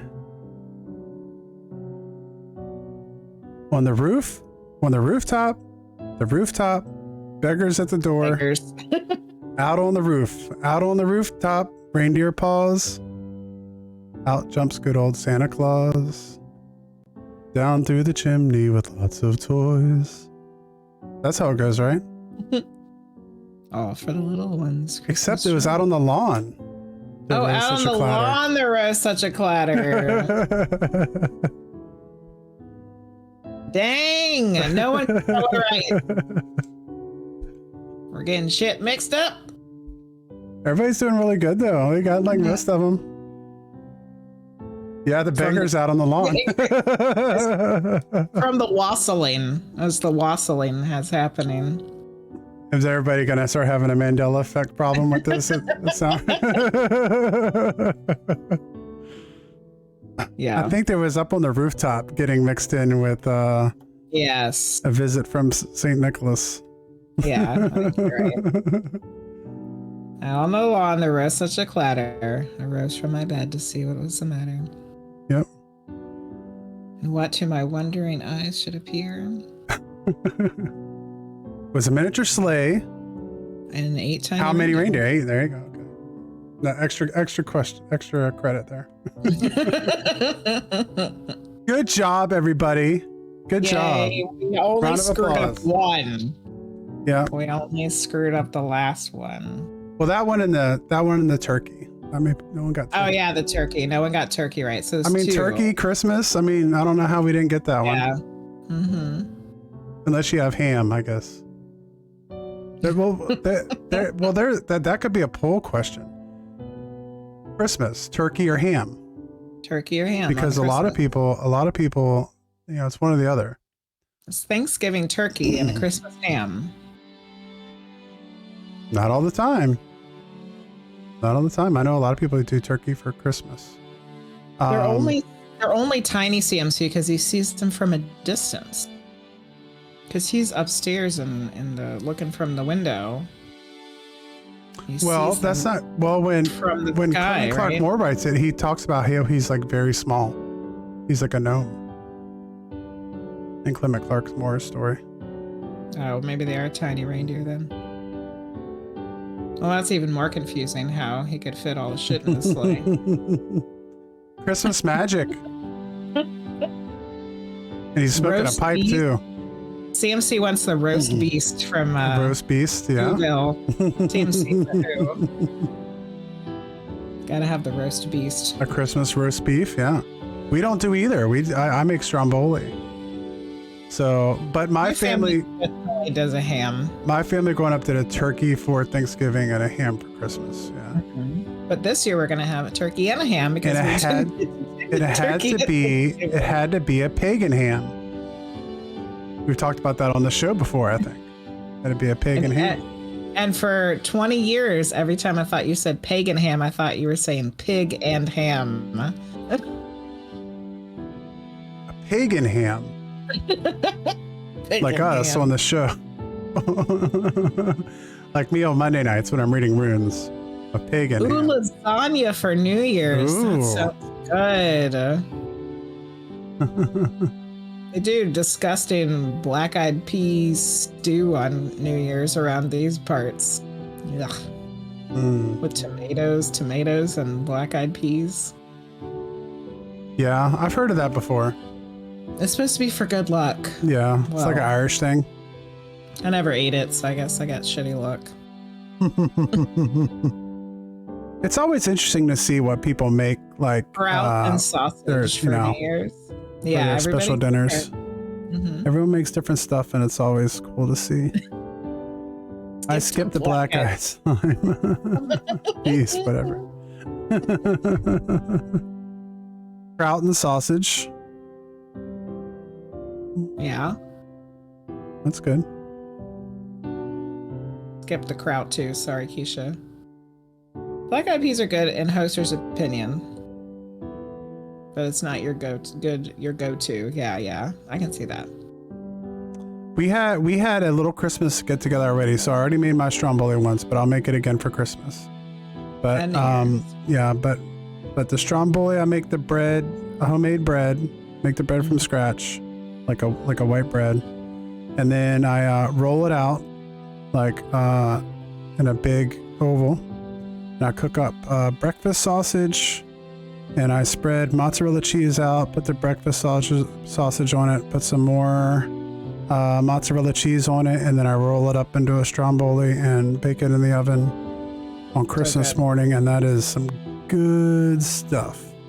Mm-hmm. Very good. I'll take some pictures of it maybe and put it on Discord this year. Yeah, it's like my favorite. In the snacky snack channel. In the snacky snacks. Mm-hmm. All right, we got another giveaway to do. So if you would like a Witching Hours Christmas ornament, they'll be sent to you just in time to put up next year. Yeah. Show the picture again. Show them what it looks like for those who were not here yet. There it is. To help remind you of all the wacky conversations, all the weird conversations, Bigfoot, UFOs, Mandela effect while you're decorating and wassailing around your Christmas tree. We have the Witching Hours ornament. So we already have Keisha and Dragon Jules. Who else would like to try to win? CMC won the first one. So put your name in the chat. Me. I want it. Gimme. They're being sent to us right now, so as soon as we get them in the mail, which I think could be as early as tomorrow, we'll get them addressed from you and sent in the mail to arrive sometime shortly after Christmas, I would imagine. So we got Keisha, Dragon Jules, Amber, Hosters. I know Hosters wasn't in there earlier because he wasn't here earlier. Who else?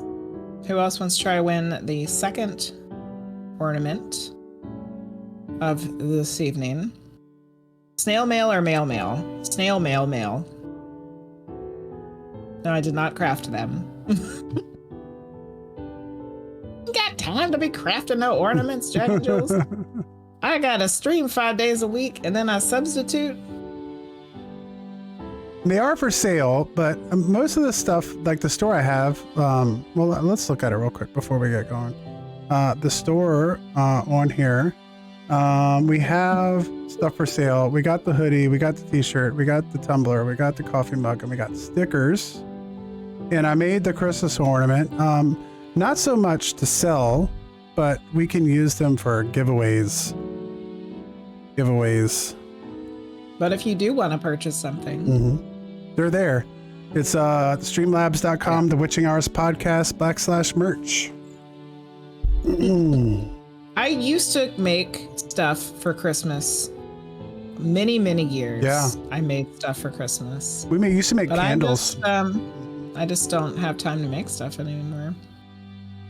Got all them streams. I know, it's a lot. That's like when we get off here tonight. We gotta go do some rapping. I know when we get off of here to go wrap presents for me for the third time today. Okay, did you get all those people in the wheel? All right, so let me double check. We got Dragon Jules, we got Amber, we got Void Cat Hubby, we got Keisha, and we got Hoaxers. And Amber, you got Amber? Yeah, Amber. Dragon Jules, Amber, Void Cat Hubby, Keisha, and Hoaxers. Anybody that I'm leaving out, speak now. Forever hold your black eyed peas. Forever hold the black eyed peas.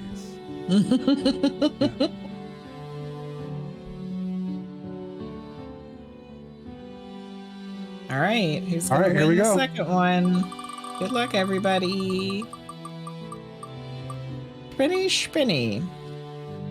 Dragon Jules. Congratulations. And Merry Christmas. I also have Dragon Jules address. Don't get eaten by the worm. Congratulations, Dragon Jules and CMC for winning the ornaments tonight. We do have one more giveaway. Yeah, one more giveaway tonight. Yeah. So don't go anywhere because you got something else you can win. You thought the worm was dead? No, we're almost at 50 days since the worm was last defeated, Hoaxers. We'll see what happens tomorrow night. Which, by the way, don't forget to be there tomorrow night because most of y'all are Secret Santas for each other. So you get to find out who your Secret Santa is and what amazingly fun things they picked out for you. Just so you know, because I've seen them all except for mine. And it's so fun. So yes, we're going to do Secret Santa tomorrow. And I made the art gallery today. I'm so excited for the art gallery. And I got, my special surprise. And I think I'm probably in it giveaways too. So all right, so let's do this real quick. I need to use the bathroom and refreshen my drink. So let's do a be right back real quick, and we'll come back and we'll go over Christmas cryptids and creatures, and we'll see how many you guys have heard of before and how many you haven't heard of before. There are some that I hadn't heard of before. So I'm gonna mute. We'll go be right back, and we'll see you guys in just a minute. We'll do that, and we got another giveaway to do. All right. Yay.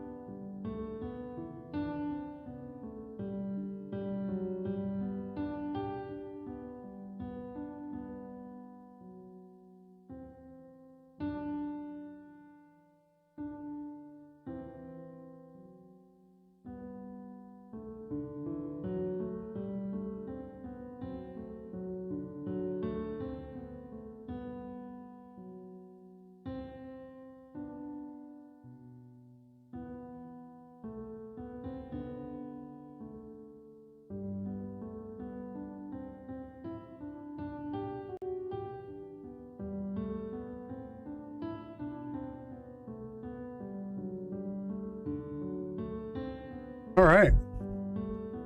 We're back. You must have your streaming bladder all in check there, Jenny, from all your streaming. I think it's called teacher bladder, actually. Well, I'm a teacher.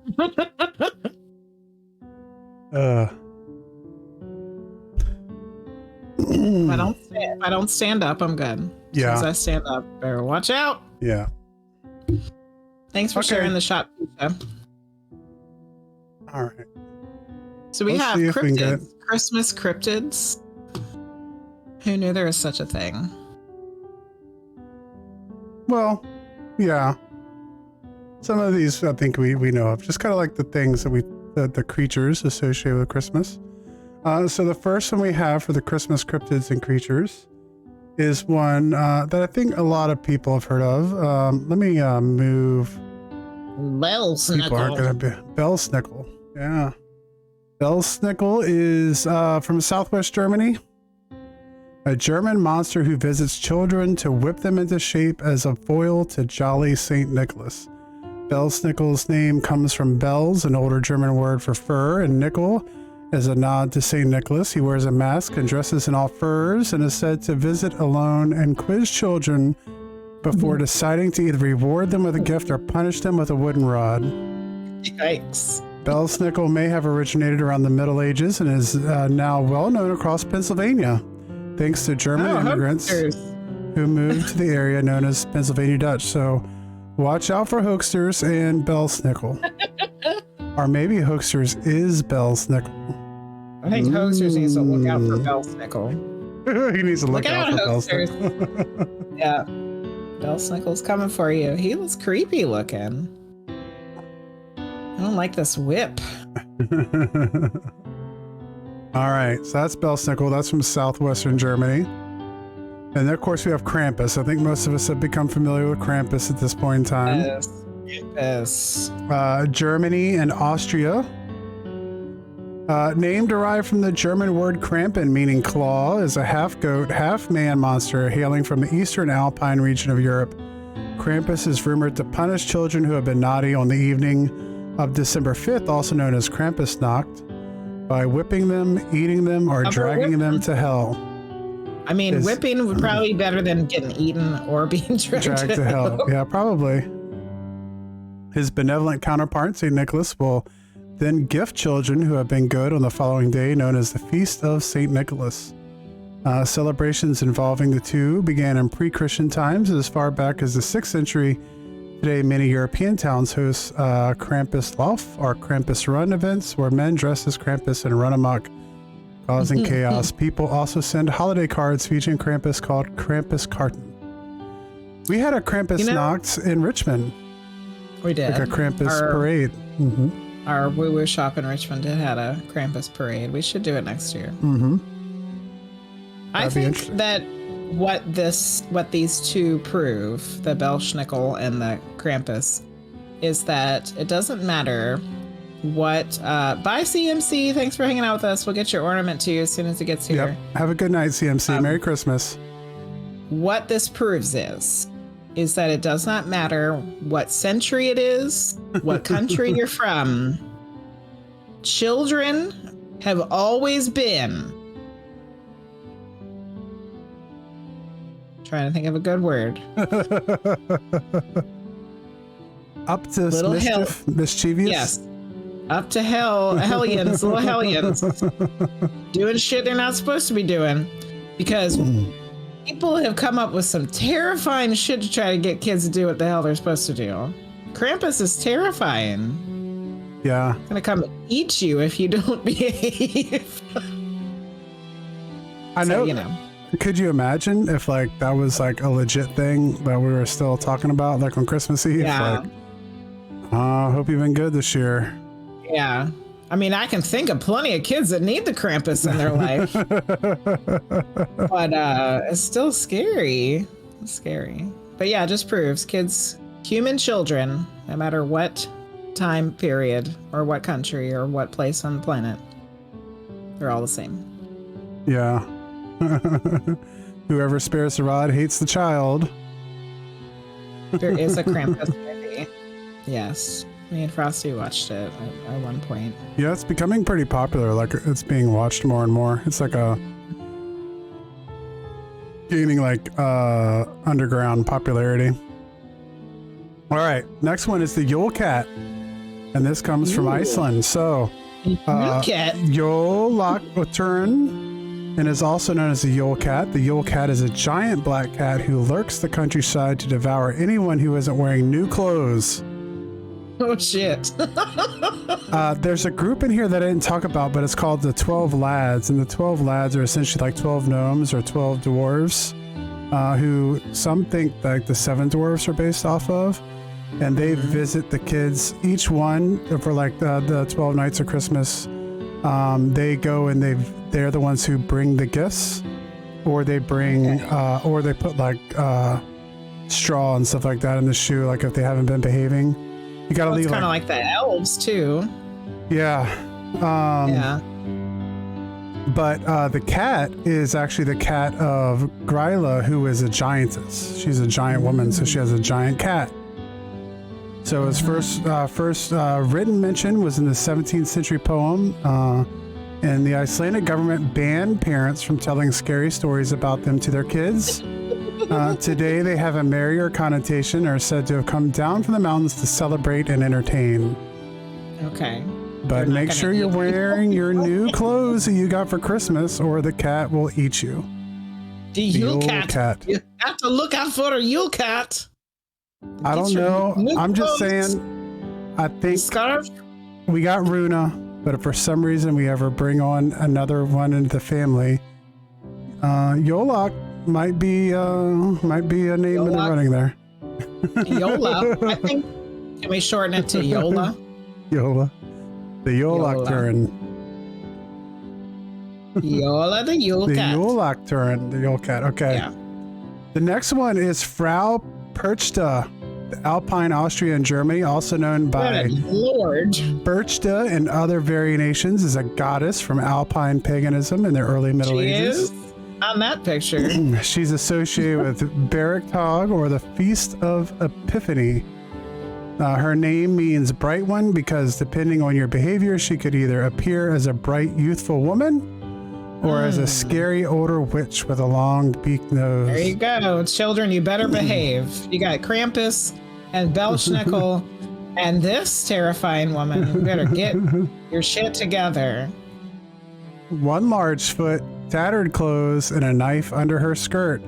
Perchta is known to torment people who didn't properly celebrate the 12 days of Christmas.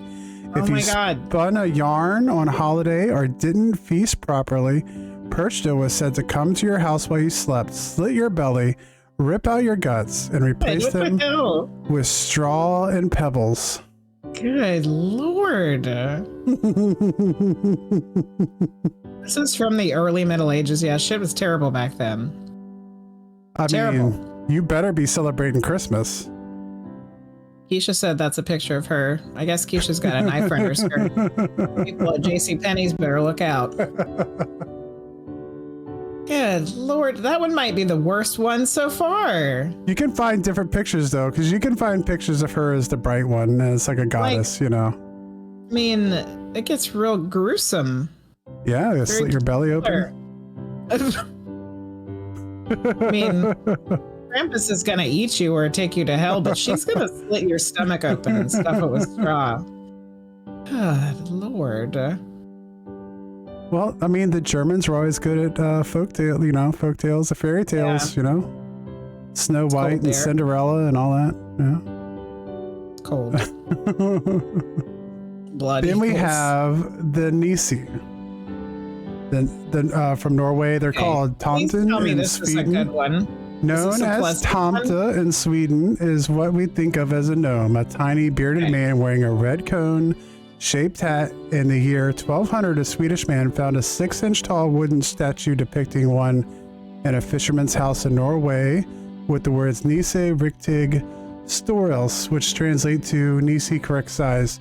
So this is something that probably dates back much earlier, and then someone found a statue, an old statue of one, to like bring it back into known history. They like to stay around farms and help with chores. In return, they request a bowl of porridge with butter on top. If they don't get that, they will wreak havoc.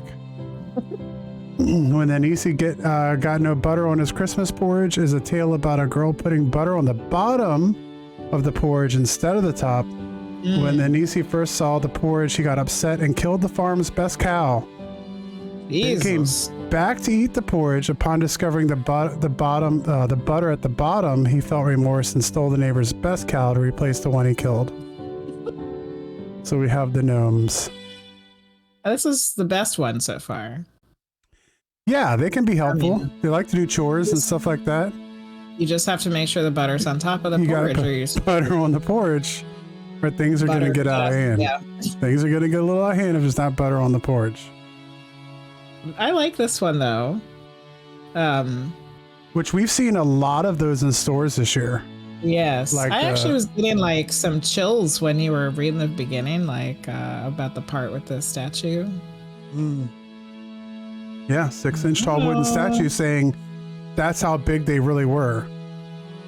So they were 6 inches tall. Not that I mention these over and over again because I've listened to too damn many of them, but there's also a Suzanne Spooner QHHT session on YouTube about this, where someone has a past life where they're one of these little gnome people. Oh, that's interesting. Yeah. Yes. Then we have Hans Trapp, which is from Alsace-Lorraine region of France. Also known as the Christmas Scarecrow, was derived from the real story of a knight named Hans von Trotha. Von Trotha lived in the 1400s and got in an argument with the Catholic Church over property, which eventually led him to being excommunicated after he destroyed a dam that flooded a village. The legend of Hans Trapp says he was a greedy man who was exiled for working with the devil to get more wealthy. While exiled, he disguised himself as a scarecrow and snatched up children to eat. He then got struck by a lightning bolt and died, but he is said to reappear in a scarecrow attire at Christmas time, preying on naughty children for food. So the French are getting into it too. I have a feeling that this one is the complete opposite of what the story is. Yeah, probably. He got in an argument with the Catholic Church over property, and he gets depicted as like a demon. In the 1400s. Yeah, we know what the real story is. You feel like the kids were even more crazy than they are now, that they need to be scared this much. Well, I will tell you, Luce, I always do holiday lectures because I feel like a lot of kids, like high schoolers and stuff, like we celebrate these holidays, but like they don't know why we celebrate them. And like I blew a bunch of kids' minds the other day because they asked about Easter. They're like, well, do you have a story about Easter? And I was like, yeah. And I was like, so what are Easter? Why do we have Easter eggs? And why do we see rabbits all over the place for Easter? You know, and they're like, because Jesus. And I was like, because Jesus liked eggs? And they're like, well, I don't know. And then I was like, well, where does the word Easter come from? What does Easter mean? And they're like, well, it's like the church service. And then that's when, and I was like, well, what about Ishtar? And I wrote Ishtar up on the board and talked about, and it's like, does anyone know who Ishtar was? And I was like, you know, she was a goddess of fertility. Well, now the egg makes a lot more sense. And what do rabbits do? And then my high school kids are like, well, we know what rabbits do. And I was like, okay. So now the eggs and the rabbits make more sense, you know? But I was going to say that I do one for Halloween too. And like the whole reason trick-or-treating comes about is you literally have kids in the early 1900s, like burning things down, like burning down people's homes and like trashing people's cars. Krampus and that one lady rips your guts out. Yeah, we need Krampus. So the whole reason trick-or-treating was invented was to keep kids from vandalism.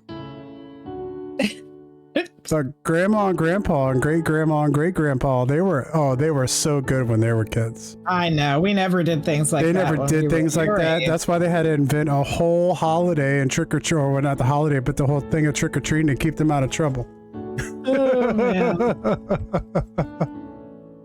Yeah, burn. Well, we know you'll burn things down, hoaxers. You're always flipping tables, so we know how it is for you.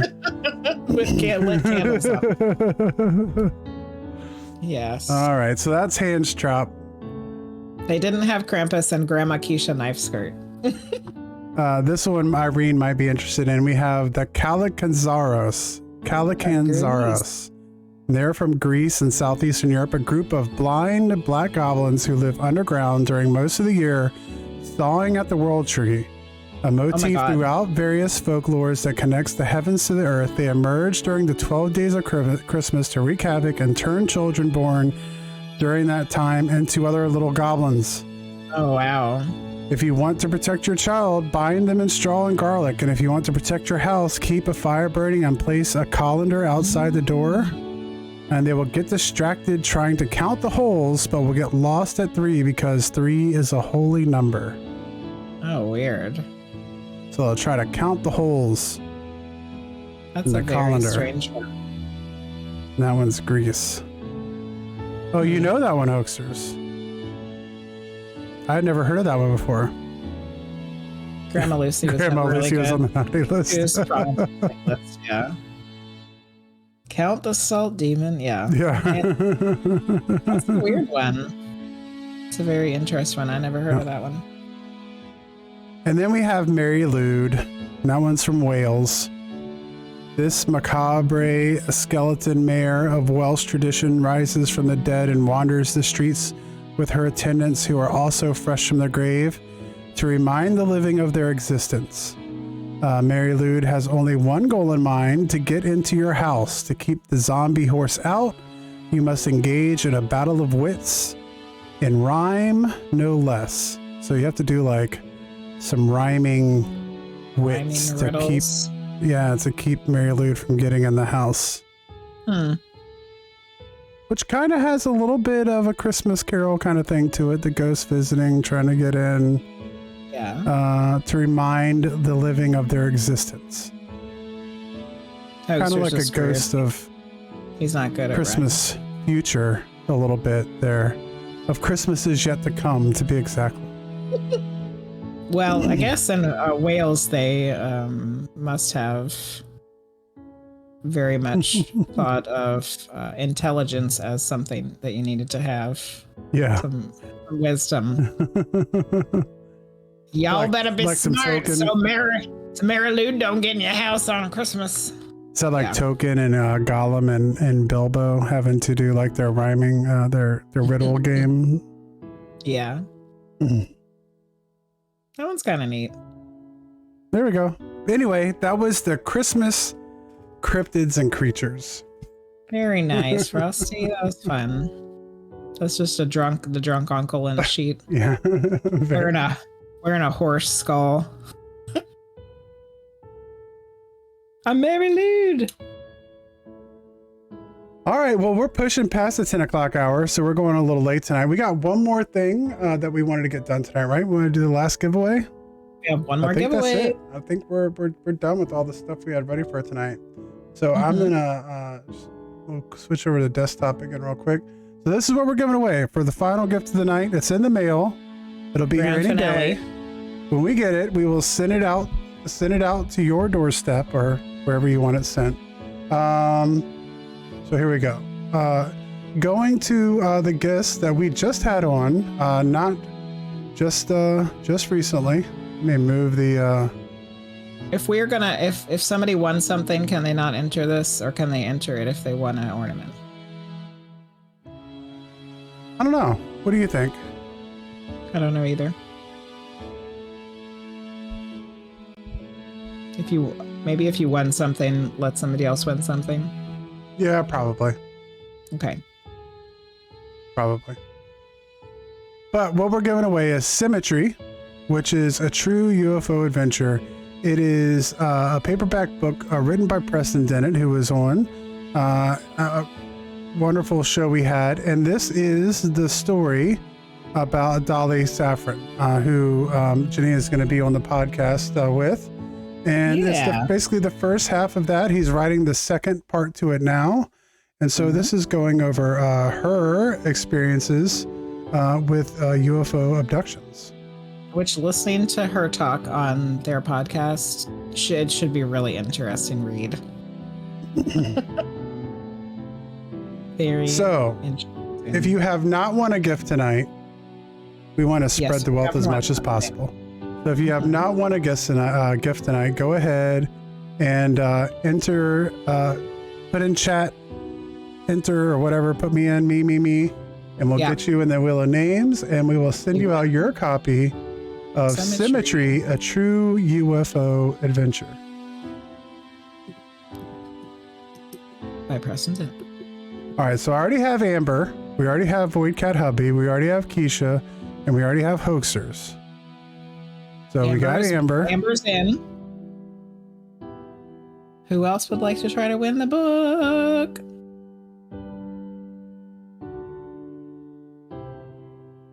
I want this book. I want this book and the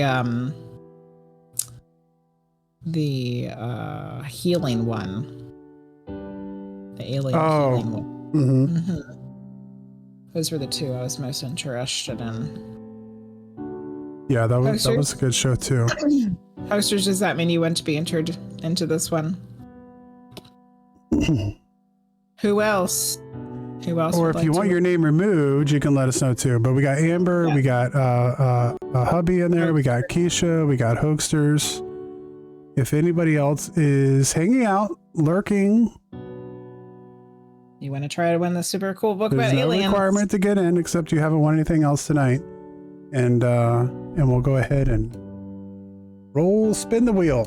We won't roll the wheel. I guess we'll spin it.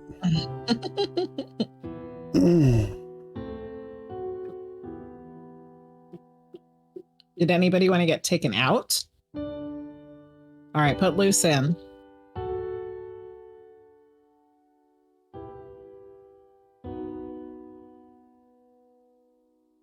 So the ornaments for CMC and Dragon Jewels. Let's see who's going to get the book.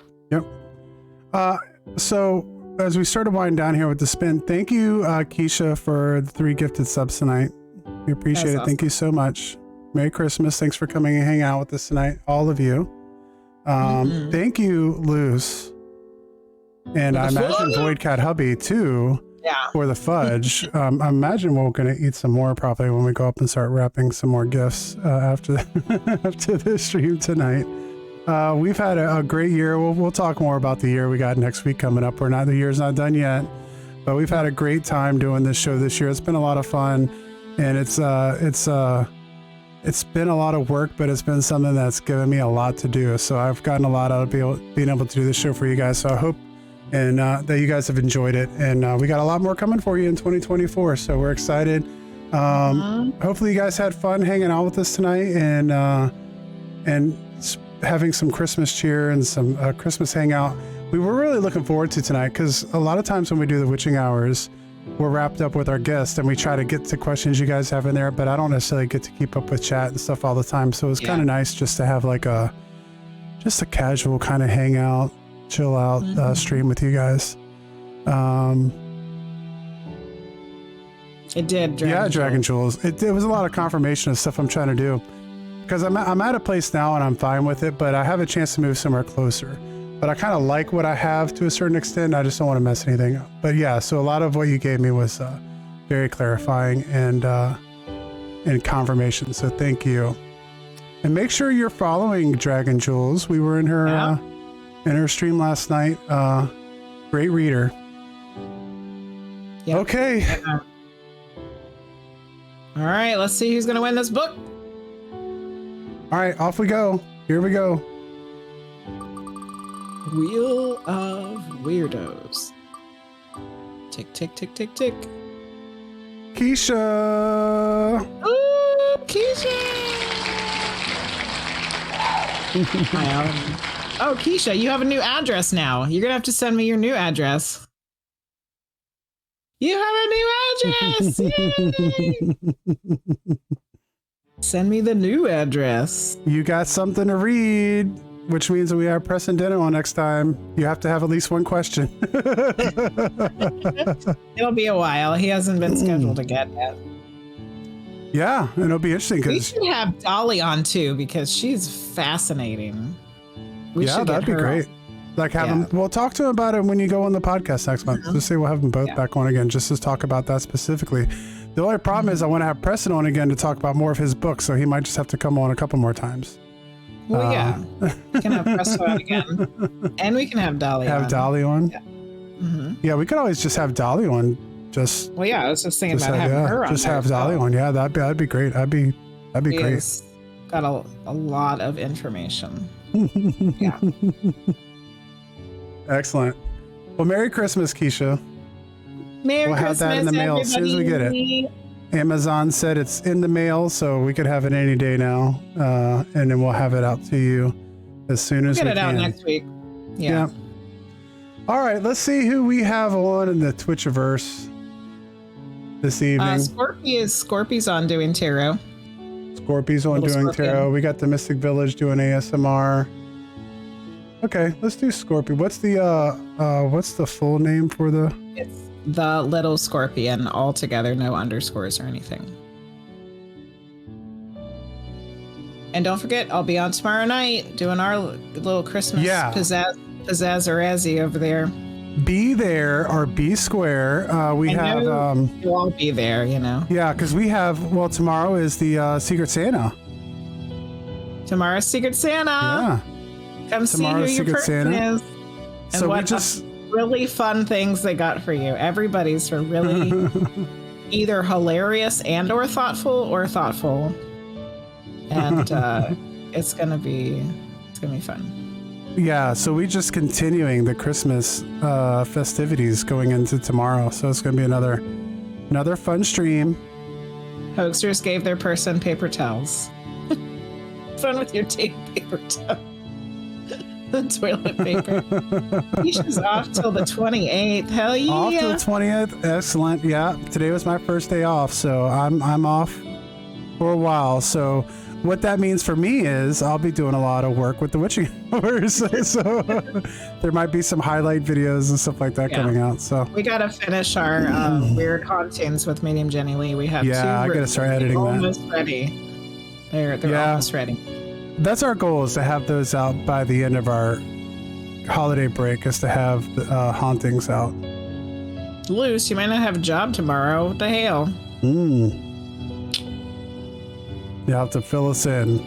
Yeah, tell us about it tomorrow. Yeah. Okay, everyone. Thanks for coming and hanging out. I hope you guys have, because I won't be back on camera again before Christmas. I hope you guys have a wonderful holidays. Merry Christmas. Whatever you celebrate during the Yule, all the wonderful things are going this time of year. You guys mean so much to us, and I'm glad we were able to come on here and have a little Christmas hangout. And I'll see you guys, and I'll see everyone else next time. Yep, and tomorrow. Bye, everybody.